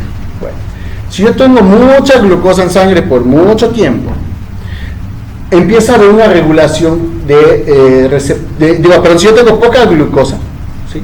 Empieza a haber una regulación creciente de los GLUT1, por lo tanto, ante poquita glucosa, toda la glucosa que esté circulando se va a meter para poder absorber estos mismos 3 moléculas de glucosa, ¿sí? Por ejemplo, en un paciente con insulinoma, y entonces un paciente con insulinoma puede tener 40 miligramos sobre ese litro de glucosa y no tener un síntoma. ¿Por qué? Por la regulación creciente de sus receptores a nivel neuronal. Pero en un paciente que es diabético y tiene glucosa elevada por mucho tiempo, va a haber una regulación decreciente de los GLUT1, van a pasar los mismos 3, pero bajas de la tantita a 100, ya no va a pasar 3, va a pasar 2 o 1. ¿Por qué? Porque tengo pocos receptores GLUT1. Esto permite que haya síntomas adenérgicos, aunque la glucosa plasmática pueda ser normal. Puede tener un paciente síntomas adenérgicos o síntomas de hipoglucemia con 100 o con 110, digo, si está acostumbrado a tener 600 y ese día dice, hoy voy a cambiar, y se va al gym, ¿no? Clase de spinning, ¿no? Una vez me dice una amiga, vamos a clase de spinning. Yo digo, ¿cómo se llama donde bailan? Zumba, ¿no? Digo, no manches, ¿cómo va a ser eso, no? Ándale, métete, ¿no? Y pues me vi así como en los videos, no sé si han visto un video de una abuelita que va a vibrar, así, ¿no? Entonces, esa doña ese día dijo, voy a hacer zumba. Y ese día, ¡pum!, se le baja la glucosa a 150. Se va a sentir mal. ¿Por qué? Por esto, ¿no? Entonces, si tu glucosa está abajo de 20, va a haber cese de actividad eléctrica del cerebro y el paciente va a estar en coma. Si esto perdura por más de 15 minutos, va a haber un déficit cognitivo irreversible, ¿sí? ¿Qué va a suceder ante la hipoglucemia prolongada? Aminoácidos excitadores, déficit de glutamato, NMDA, neurodegeneración por estimulación prolongada, va a haber deterioro del déficit neurológico, alteraciones del calcio, lesión mitocondrial, apoptosis, radicales libres y va a generar lesión neurológica. Así lo mismo que le pasa a un paciente con trauma de cráneo, con un EBC, pues lo mismo le pasa al de la hipoglucemia. La causa más común es la transgresión medicamentosa y la transgresión dietética. Muchas veces el paciente se toma el medicamento y no come. O lo que les digo, se avientan 14 horas en ayuno. Y eso, ahora que vayan a sus consultas, vuelvan a preguntar a su familiar, a su paciente, oiga, ¿qué hora se toma su última insulina, su última glucosa? No, pues como a las 10. Oiga, ¿y su última cena, su última comida? No, pues como a las 7, ¿no? ¿Y a qué hora vuelve a desayunar? No, pues como a las 10. Mucho tiempo de ayuno, ¿sí? Entonces, menos vas a controlar a tu paciente, ¿no? ¿Sale? Entonces, la otra es, tu paciente ya es renal, no puede eliminar estos fármacos de forma adecuada, ¿sí? Transgresión dietética, realización de actividad física inadecuada, como la abuelita que decidió ir al Zumba. Consumo de alcohol, si eres diabético, consumes alcohol, esto promedia que haya más hipoglucemia. Pero mecanismos de contrarregulación, ¿sí? Por situaciones crónicas del paciente, ¿sí? Va a haber menor respuesta, por ejemplo, ante una diabetes mellitus de larga evolución, ¿sí? Hay menor respuesta hepático suprarrenal ante la hiperglicemia, ¿sí? Hay menor respuesta nerviosa simpática, hay menor respuesta de adrenalina, hay falta de conocimiento de los signos y síntomas de hipoglucemia, hay deficiencia de la contrarregulación de glucosa y el paciente llega con hipoglucemia severa, ¿sí? A eso agrégale que tu paciente es renal, es cardíaco, es hepatópata y aparte que tiene demencia senil y se le olvida todo, hasta comer, pues es un problema grave. ¿Sí? Entonces la principal causa son insulina y sulfonilureas. Recuerden que en teoría la metformina no tiene por qué dar hipoglucemia por su mecanismo de acción, pero sí las sulfonilureas y sí la insulina. ¿Sí? Generalmente se ven errores en el tipo del fármaco que estás usando, en las dosis que estás utilizando. No ajustas las dosis al paciente. Si de repente tu paciente tomaba glibenclamida cada 8 horas, pero si se puso a hacer ejercicio, está bajando de peso, pues tendrás que ajustar esa dosis, ¿no? ¿Sale? O empieza con deterioro de la función renal, tienes que ajustarlo. O ya mejoró su alimentación, tienes que ajustarlo, ¿sí? El metabolismo puede modificarse, ¿sí? Ya le agregué otros fármacos, vaya que no estén interaccionando entre sí. Eliminación puede ser tardía por alteraciones hepáticas o renales. Interacción con otros fármacos, ejercicio y ayuno. Eso es lo que les decía, ¿no? Tus pacientes normalmente tienen ayunos prolongados por los horarios de fármaco que tú le estás administrando. El etanol inhibe la gluconeogénesis, por lo tanto va a promover la hipoglucemia. Y otros fármacos como beta bloqueadores no van a activar los sistemas, ¿no? Tiacidas, las propias sulfas, salicilatos, quinolonas, pentamina, quinina, la propia penicilina promueven a la hipoglucemia. Y entonces tenemos a las sulfonilureas que actúan a este nivel, ¿no? Su eliminación renal es de 10 a 24 horas, pero si tiene enfermedad renal crónica cardíaca 4 o 5 se aumenta hasta 72 horas. Imagínate que tu paciente se toma hoy su medicamento, hoy, mañana, tarde y noche, mañana, tarde y noche, y pasado mañana, tarde y noche. Tiene el acúmulo de 90 miligramos de glibenclamida en 3 días. Obviamente esto va a generar hipoglucemia, ¿sí? Aumento de la liberación de insulina, disminución del glucagón, potencial de acción de insulina en tejidos blandos. Entonces, si tu paciente toma sulfonilureas, además va a inhibir al glucagón. Si eso te genera hipoglucemia, el glucagón no va a reaccionar. ¿Por qué? Porque está inhibido por ese mismo fármaco que generó la hipoglucemia, ¿sí? Potencial acción de insulina en tejidos blandos, baja efectividad de carbón activado en sobredosis, ¿no? Hay sobredosis de glibenclamida, sí, yo siempre he dicho que una buena combinación para suicidarte es glibenclamida y metoprolol, y para que amarre un trago de etilenglicol, ¿no? Un trago de ¿cómo se llama? De refrigerante, ¿cómo se llama? De que tiene anticongelante, ¿no? ¿Sale? Y ya, de que te matas, ¿no? ¿Sí? Entonces, sí, ¿no? Fíjate, glibenclamida más beta bloqueador, ¿cómo le reviertes esa hipoglucemia a ese paciente? Si se la reviertes y a los 10 minutos ya tiene otra vez hipoglucemia. Si está en el hospital y está canalizado, ya le hizo, pero si está en su casa, nadie se da cuenta en unas 24 horas, ya valió, ¿no? Entonces, ¿y cuándo te vas a dar? No, déjate en la casa, ya, no sentiste nada, ¿no? Entonces, y aparte tiene baja efectividad del carbón activado, entonces pues está difícil, ¿no? Tratar a ese paciente.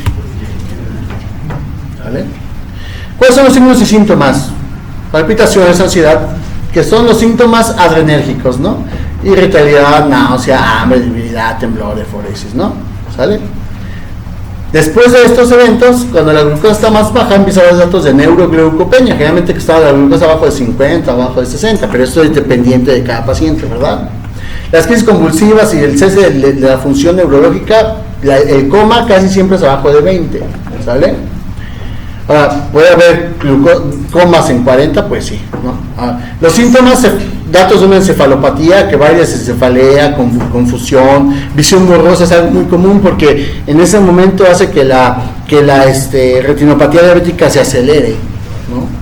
Alteraciones de la conducta, parestesias, pueden ir hasta signos síntomas de deterioro rostrocaudal, que pueden ir desde dilatación, paresis, incoordinación, Babinski, afasia, convulsiones, coma, incluso datos de decorticación y de descerebración, ¿sale?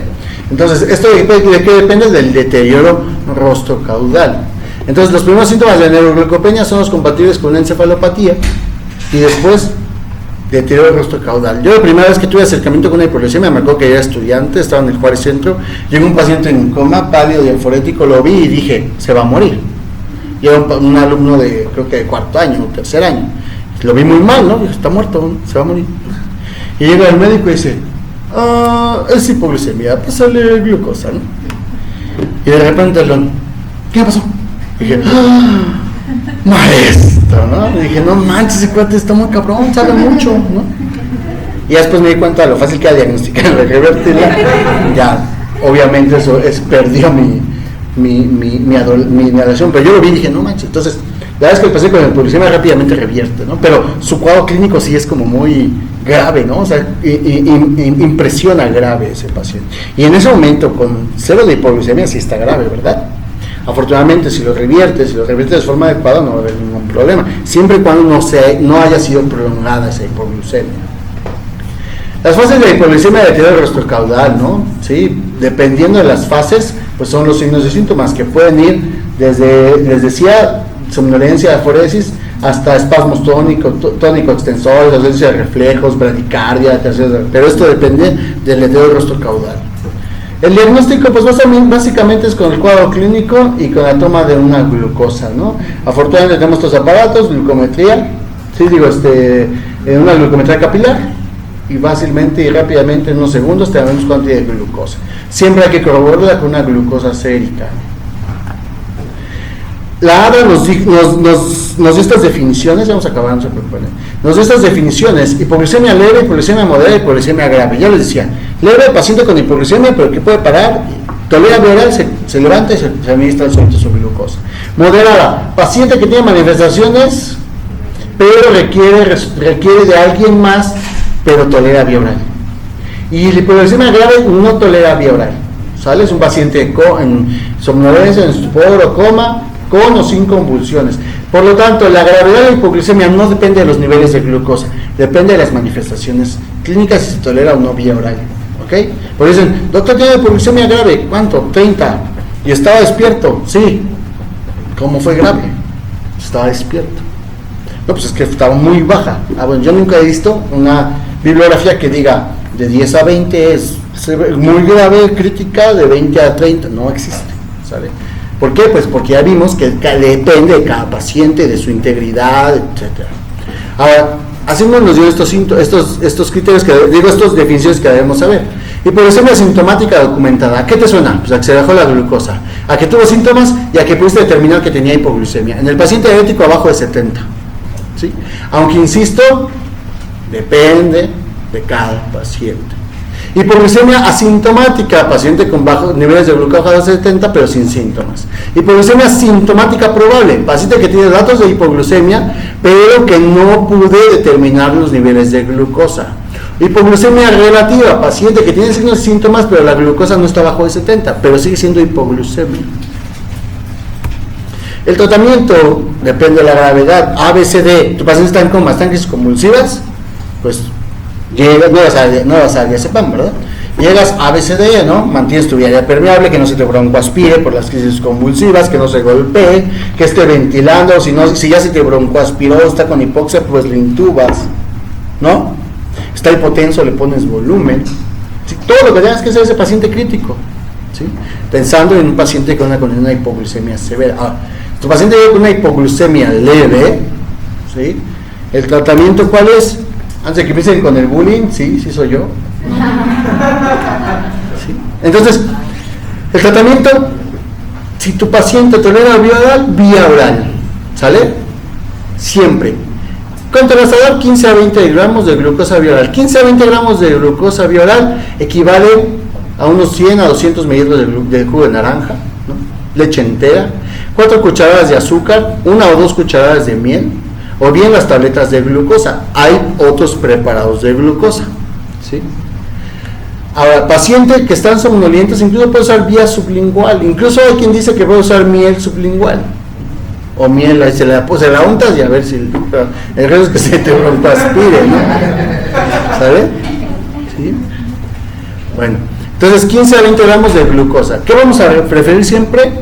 4 cucharadas de glucosa de azúcar en un vaso con agua, miel, 1 o 2 cucharadas, un jugo de naranja, ¿sale? Por ejemplo, darle un refresco o darle algunas otras sustancias pueden no mejorar al paciente, incluso pueden empeorar la situación, ¿sale? Entonces no se recomiendan otras cosas que no sea esto. Ahora, tu paciente ya no tolera vía oral, estás a nivel prehospitalario, ya sea que eres familiar o eres un paramédico, o estás en una unidad que no tienes cómo canalizar al paciente, ¿sí? O no puedes acceder a un acceso venoso, pues entonces tienes Glucagon. Es caro, según yo sí existe en México, ¿sí?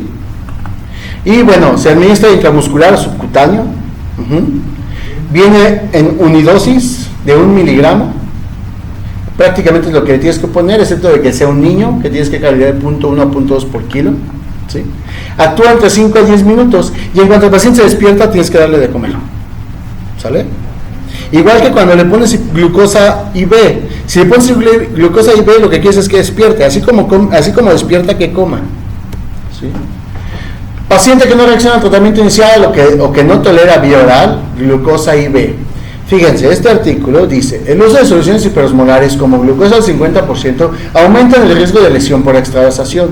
Y también en este artículo nos dice que nos da como 3 artículos que nos dicen que lo ideal es usar glucosa al 10%, porque la glucosa al 50% promueve más hiperglucemia, ¿no? Luego el hecho de estar administrando malas cantidades de glucosa, ¿no? 50 al 50, ¿no? Y no mejora. Y no falta el que dice 2 frascos de glucosa al 50. 2 frascos de glucosa al 50 es pasarle 50 gramos, cuando lo único que necesita es de 15 a 20. Le estás pasando prácticamente 3 veces arriba de lo normal. Si no responde a los primeros niveles, a la primera solución glucosada, lo primero que tienes que hacer es ver nuevamente la glucosa. Ya está arriba de 100, ya el problema no es la hipoglucemia, ya no tienes por qué meterle más glucosa, ¿no? Digo, si está en 100, 120, ¿no? ¿Puedes repetir una dosis? Sí la puedes repetir, si no despierta. Pero no se vale que no despierta y hasta que te canses, ¿no? Y al rato el paciente tiene 500 de glucosa, ¿sí?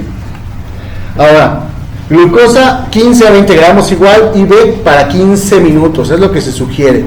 Puede ser glucosa al 20% o al 10% o incluso al 50%. ¿Cuándo vamos a ver glucosa al 50%? Cuando no tolere volumen tu paciente. Pero si tu paciente tolera volumen, usa el 10%. Oye, doctor, es que yo siempre usaba el 50% y nunca les pasa nada. Bueno, no te esperes a que te pase. Si los días en que no la uses, aumenta riesgos por extravasación y aumenta que tu paciente tenga una hiperglucemia mayor que la que deberías haberle considerado, pues entonces ya no lo hagas, a menos de que no haya de otra. Tu mensaje debe ser glucosa al 10%, 150 o 200 mililitros para 15 minutos. Con eso es suficiente. Antes nos decían mis residentes, dosis de glucosa para hipoglucemia, 0.5 gramos por kilo de peso, ¿sí? Si estoy hablando de 0.5 gramo de kilo de peso, entonces estoy hablando que si tu paciente pesa 70 kilos, le tocan entre 35 y 70 gramos, es decir, entre 350 y 700, es demasiado. Tal vez por eso siempre de repente ya tenían 250, ¿no? Cuando no debería subirle tanto la glucosa, porque de rato pasa que, ya tiene 250, y no falta el inteligente que le pone insulina, ¿no? Entonces es un ciclo vicioso, fíjate, Te voy a decir lo que pasa. Llega y le ponen glucosal al 50% y le ponen más, ¿no? Y al rato el paciente está con hiperglucemia. Lo tienen en ayuno porque está en hiperglucemia, ¿no? Y de repente otra vez está hipoglucemia y le vuelven a poner glucosal al 50%. Pero sigue teniendo en ayuno porque estaba con hiperglucemia. ¿Y qué tal si te hace otra hipoglucemia? Y te broncoaspira. Y entonces ese paciente se queda ahí horas, cuando lo único que debe haber hecho es administrarle 150 de glucosal al 10%, cuando despertó darle de comer, está vigilando su glucosa, si tolera vía oral, le estás dando vía oral en quintos, si acaso le puso una glucosa al 10%, ¿sale? Para unas 8 o 12 horas, y lo vas vigilando, ¿sale? Acuérdense, cada 100 mililitros de glucosal 5 tiene 5 gramos, cada 100 mililitros de glucosal 10 tiene 10 gramos, y cada 100 mililitros de glucosal al 50 tiene 50 gramos. El preparado de glucosal al 50% viene en 50 mililitros, por lo tanto, cada frasco administras 25 gramos, que es más de lo que queremos, ¿verdad? Por eso digo que debe ser más o menos unos 30 mililitros y no los 50 mililitros. Pero esas bibliografías en las que dice que la glucosa al 50% en México no es glucosa 50-50, en México es glucosa 50 y glucosa 25, o sea, la glucosa al 50%. ¿Cómo glucosal al 25? Ajá, o sea, que la glucosa al 50% trae 25 gramos de glucosa. Ah, sí, porque bien, es lo que te estoy diciendo. La glucosa del 50% viene de 50 mililitros, por eso cada frasco tiene 25 gramos. Ajá, ¿sí? No vienen de 100 mililitros, vienen de 50, por eso cada frasco trae 25 gramos, ¿sí? Por eso te estoy diciendo que no le tocan los 50 mililitros, le tocan 30, para estarle pasando entre 15 a 20 gramos, no 25 gramos, ¿sí? Ahora bien, aquí la osmolaridad, vean, o sea, impresiona, ¿no? 100 mililitros de glucosal 50 tienes 2.700 miliosmoles, no, perdón, 1 litro de glucosal 50 tienes 2.700 miliosmoles, obviamente nunca administramos 1 litro, ¿verdad? ¿No? Pero bueno, es para que se den una idea de la osmolaridad que se maneja. El problema, digo, si yo paso 20 gramos, no importa si se lo paso al 10, al 5, al 50%. Si yo paso 20 gramos de glucosa, va a ser la misma osmolaridad, ¿sí? El problema es la concentración de la glucosa y los signos y síntomas que pueden generar de extravasación. Ya les contaba el caso del paciente que llegó de 33 años de edad, que traía diarrea, dijo el médico, 40 gramos, pasa el glucosal al 50, ¿no? Y el paciente asintomático. ¿Sí les dije o no? ¿No? Bueno, en el IMSS, ¿no? En el IMSS. Llego y está un paciente, ¿no? Ahí está tranquilo, así, ¿no? Y le digo, ¿qué? ¿Por qué estás aquí? Es que me dolió el pecho. ¿Y por qué te dolió el pecho? Es que me pasó un medicamento. ¿Y por qué te pasó un medicamento? ¿Y por qué viniste? Por diarrea. ¿Y por qué pasó un medicamento? Que es que porque tenía glucosa baja. ¿Y qué síntomas tenías? No, ninguno, diarrea. Chinga, ¿no? ¿Y qué te dijeron que tienes? No, pues que me dijeron que a lo mejor me están infartando. ¿Ah? ¿Está bien? Voy a leer el expediente, dice, paciente que llegue con náusea y vómito, sin embargo se toma un Destroxis y reporta 40 miligramos sobre decilitro. Paciente asintomático, ¿no? En ese momento, ¿tú qué piensas? Está mal ese Destroxis, ¿no? Bueno, no. Pensó y dijo, glucosal 50%. Le pasó glucosal, canalícelo, glucosal 50%, ¡pum! ¿no? Para empezar era una tira colorimétrica de glucosa, ni siquiera un glucómetro. Entonces, le pasan glucosal al 50% y dice, otra glucosa, doctora, sigue en 40, y el paciente así, ¿no? Ah, no, pues, no revirtió, otro 50. Se la pasan y el paciente siente dolor en el brazo, siente dolor en el pecho, y dicen, se está infartando, electroenzimas cardíacas, ingrésenlo. ¿Qué le pasó a ese paciente? Varias cosas. Uno, a ver, tu paciente no iba por eso, no lo molestes. Dos, tiene hipoglucemia, está asintomática, dale de comer. Primero asegúrate que sí sea hipoglucemia, porque qué probabilidad hay que un paciente que es joven, de 33 años, que está gordito, tenga de repente 40 miligramos de decilitro, ¿no? Corrobora la información, ¿no? Tres, si está asintomático, si sí tiene 40 y está asintomático, que se vaya a tomar un jugo de naranja, ¿no? O le das una cucharada de miel. No responde, pues que siga comiendo, ¿no? Oye, no tolera vía oral, bueno, le pongo al 10%. 50% a un paciente asintomático, sin corroborarlo. ¿Qué le pasó a este paciente? Extravasación de solución glucosal al 50% que le provocó dolor, ¿no? Entonces, sí pasa, ya lo vi. Entonces, dejen de hacer. Yo es lo que les digo, a ver, tu paciente no viene por eso, no lo molestes. No le hagas cosas que no tengas que hacer. ¿Sí? Oye, es que le encontramos. Ya, güey, le encontraste. ¿Viene por eso? No. ¿Tiene síntomas ahorita? No. ¿Es urgente lo que tiene? No. Que se vaya a su casa y que los tiren por fuera. ¿No? Ahora, la guía esta británica, pues básicamente, hipoglucemia leve, moderada y severa. Leve, paciente consciente orientado que tolera vía oral, 15 a 20 gramos, ¿sí? Con lo que ya dijimos. ¿Sí? Y dale revisa la glucosa en 10 a 15 minutos después de que le hayas administrado la glucosa, ¿sale? Si tu paciente sigue con hipoglucemia, síguele dando de comer. Si a pesar de todo si continuara, 10 gramos de glucosa, aquí sí, 10% de glucosa, 150 a 200 para 15 minutos y glucagón intramuscular, en caso de que sea a pesar de la dosis vía oral, ¿no? Moderado, prácticamente lo mismo, y severo, igual, ¿no? Aquí primero consideran el glucagón y si no, dar glucosa IV. ¿Cuál glucosa IV? 150 a 200 mililitros de glucosal 10 o bien 75 a 150 de glucosal 20. ¿Sale? Y vas a verificar en cuánto tiempo la nueva glucosa, de 10 a 15 minutos, no va a subirse inmediatamente. Lo ideal es que sean 10 a 15 minutos. Obviamente tienes que ver que haya mejoría del paciente, pero no te desesperes. O sea, no siempre el paciente va a estar así, le vas a pasar la glucosa y va a despertar inmediatamente, no, o sea, espérate, ¿sí? Dale chance a que su cerebro, ya estás subiendo los niveles de glucosa, deja que le llegue sangre al cerebro, ¿no? ¿Sí? Porque se la ponen 30 segundos, sí, igual, ponle otra. Pero ¿por qué? ¿Sale? Ahora, pacientes intoxicados con sulfonilureas o básicamente pacientes con alguna enfermedad renal crónica o pacientes con insuficiencia suprarrenal que le está generando hipoglucemia, ¿sí? Esteroide. ¿Sí? El cortisol es otra hormona contrarregulada. Ya sí podemos usar glucagón, ¿no? Que es una hormona contrarregulada. No vamos a usar catecolaminas. Pero sí podemos usar cortisol, hidrocortisona en este caso. ¿Sí? ¿Cuándo está indicada? Cuando tu paciente tomó sulfonilureas o insulina y está haciendo hipoglucemias recidivantes a pesar de la glucosa al 10%. Se considera 100 miligramos de hidrocortisona, dosis única, y se continúa pues con horario cada 8 horas. Ahora, el octreotide es un análogo de la somatostatina o de la hormona de crecimiento, que es otra hormona contrarregulada de la insulina.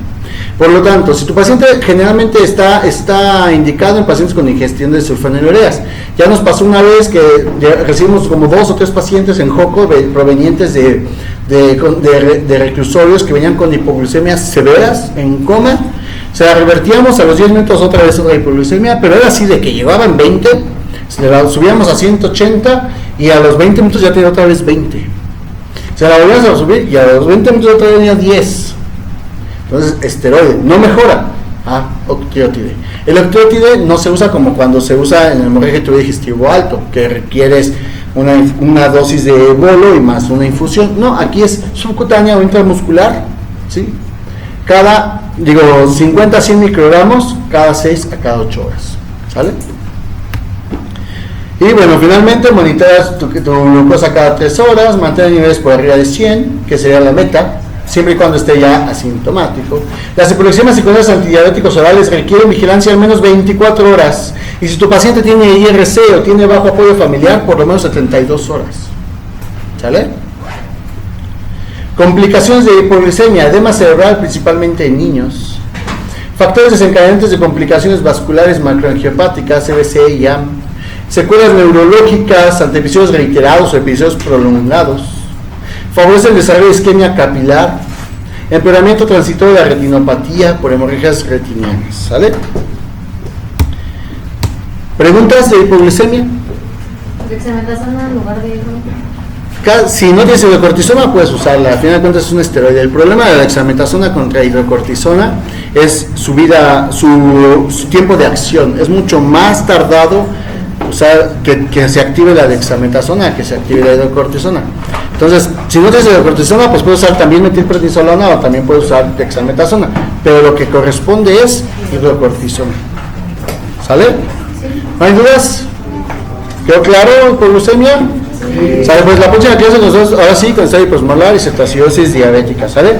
Les va bien. Oigan, me dijeron que les dijera que el 10, no, está mal. Me veo mi celular en el celular. El domingo. ¿Veintitantos? ¿Cuándo? Ah, el 16, me toca a mí. ¿Del domingo?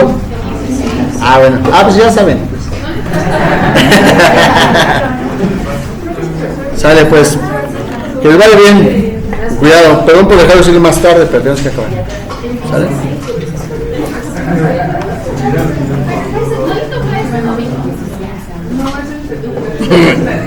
No, creo que le toca al internista, ¿no? No, la entrevista fue este domingo. ¿Es el único que es? 9. No, me tocan 10 y tantos. ¿Por qué este domingo es julio, no? Quizás el 16. Marla, ¿mande?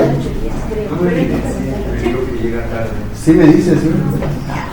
Pero me decía,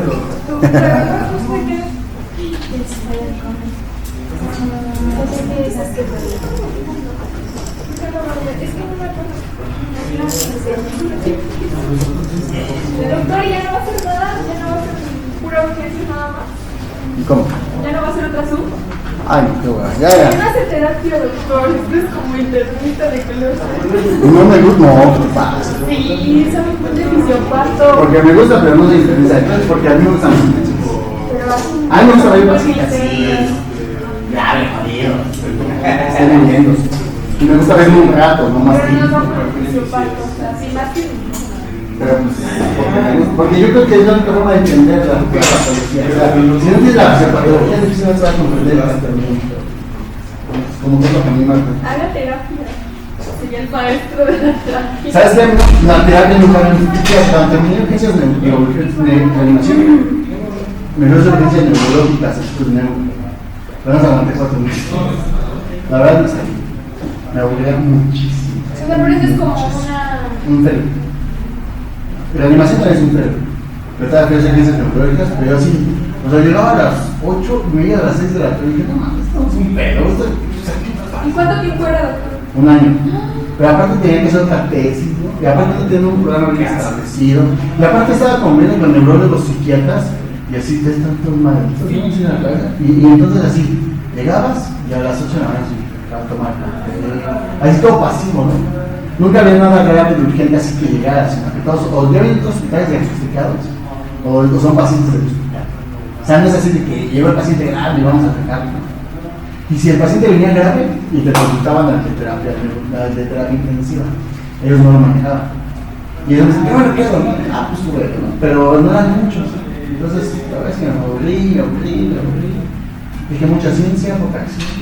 Entonces, y aparte yo no puedo estar encerrado. Entonces, por eso creo que la terapia nunca me ha ayudado. Así, ver un paciente cómo va evolucionando, me ayuda mucho. A ver, está vivo, está muerto, ya, chicharrín, ¿no? Chicharrín, sí. No, se queda, se intuba, 6-8 horas, vámonos, el que sigue. Dale, vénse. Bueno, por aparte, se hubiera vivido en el contador. Ya, ¿y dónde la ves? Sí, ¿verdad? Ah, no hay forma de llegar.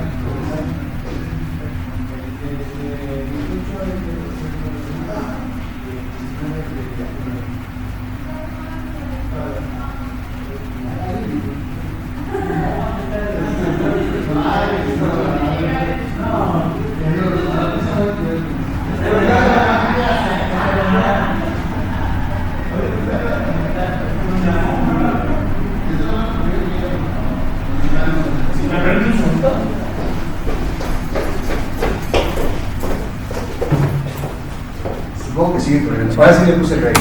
Ahí no. Ahí no se funciona.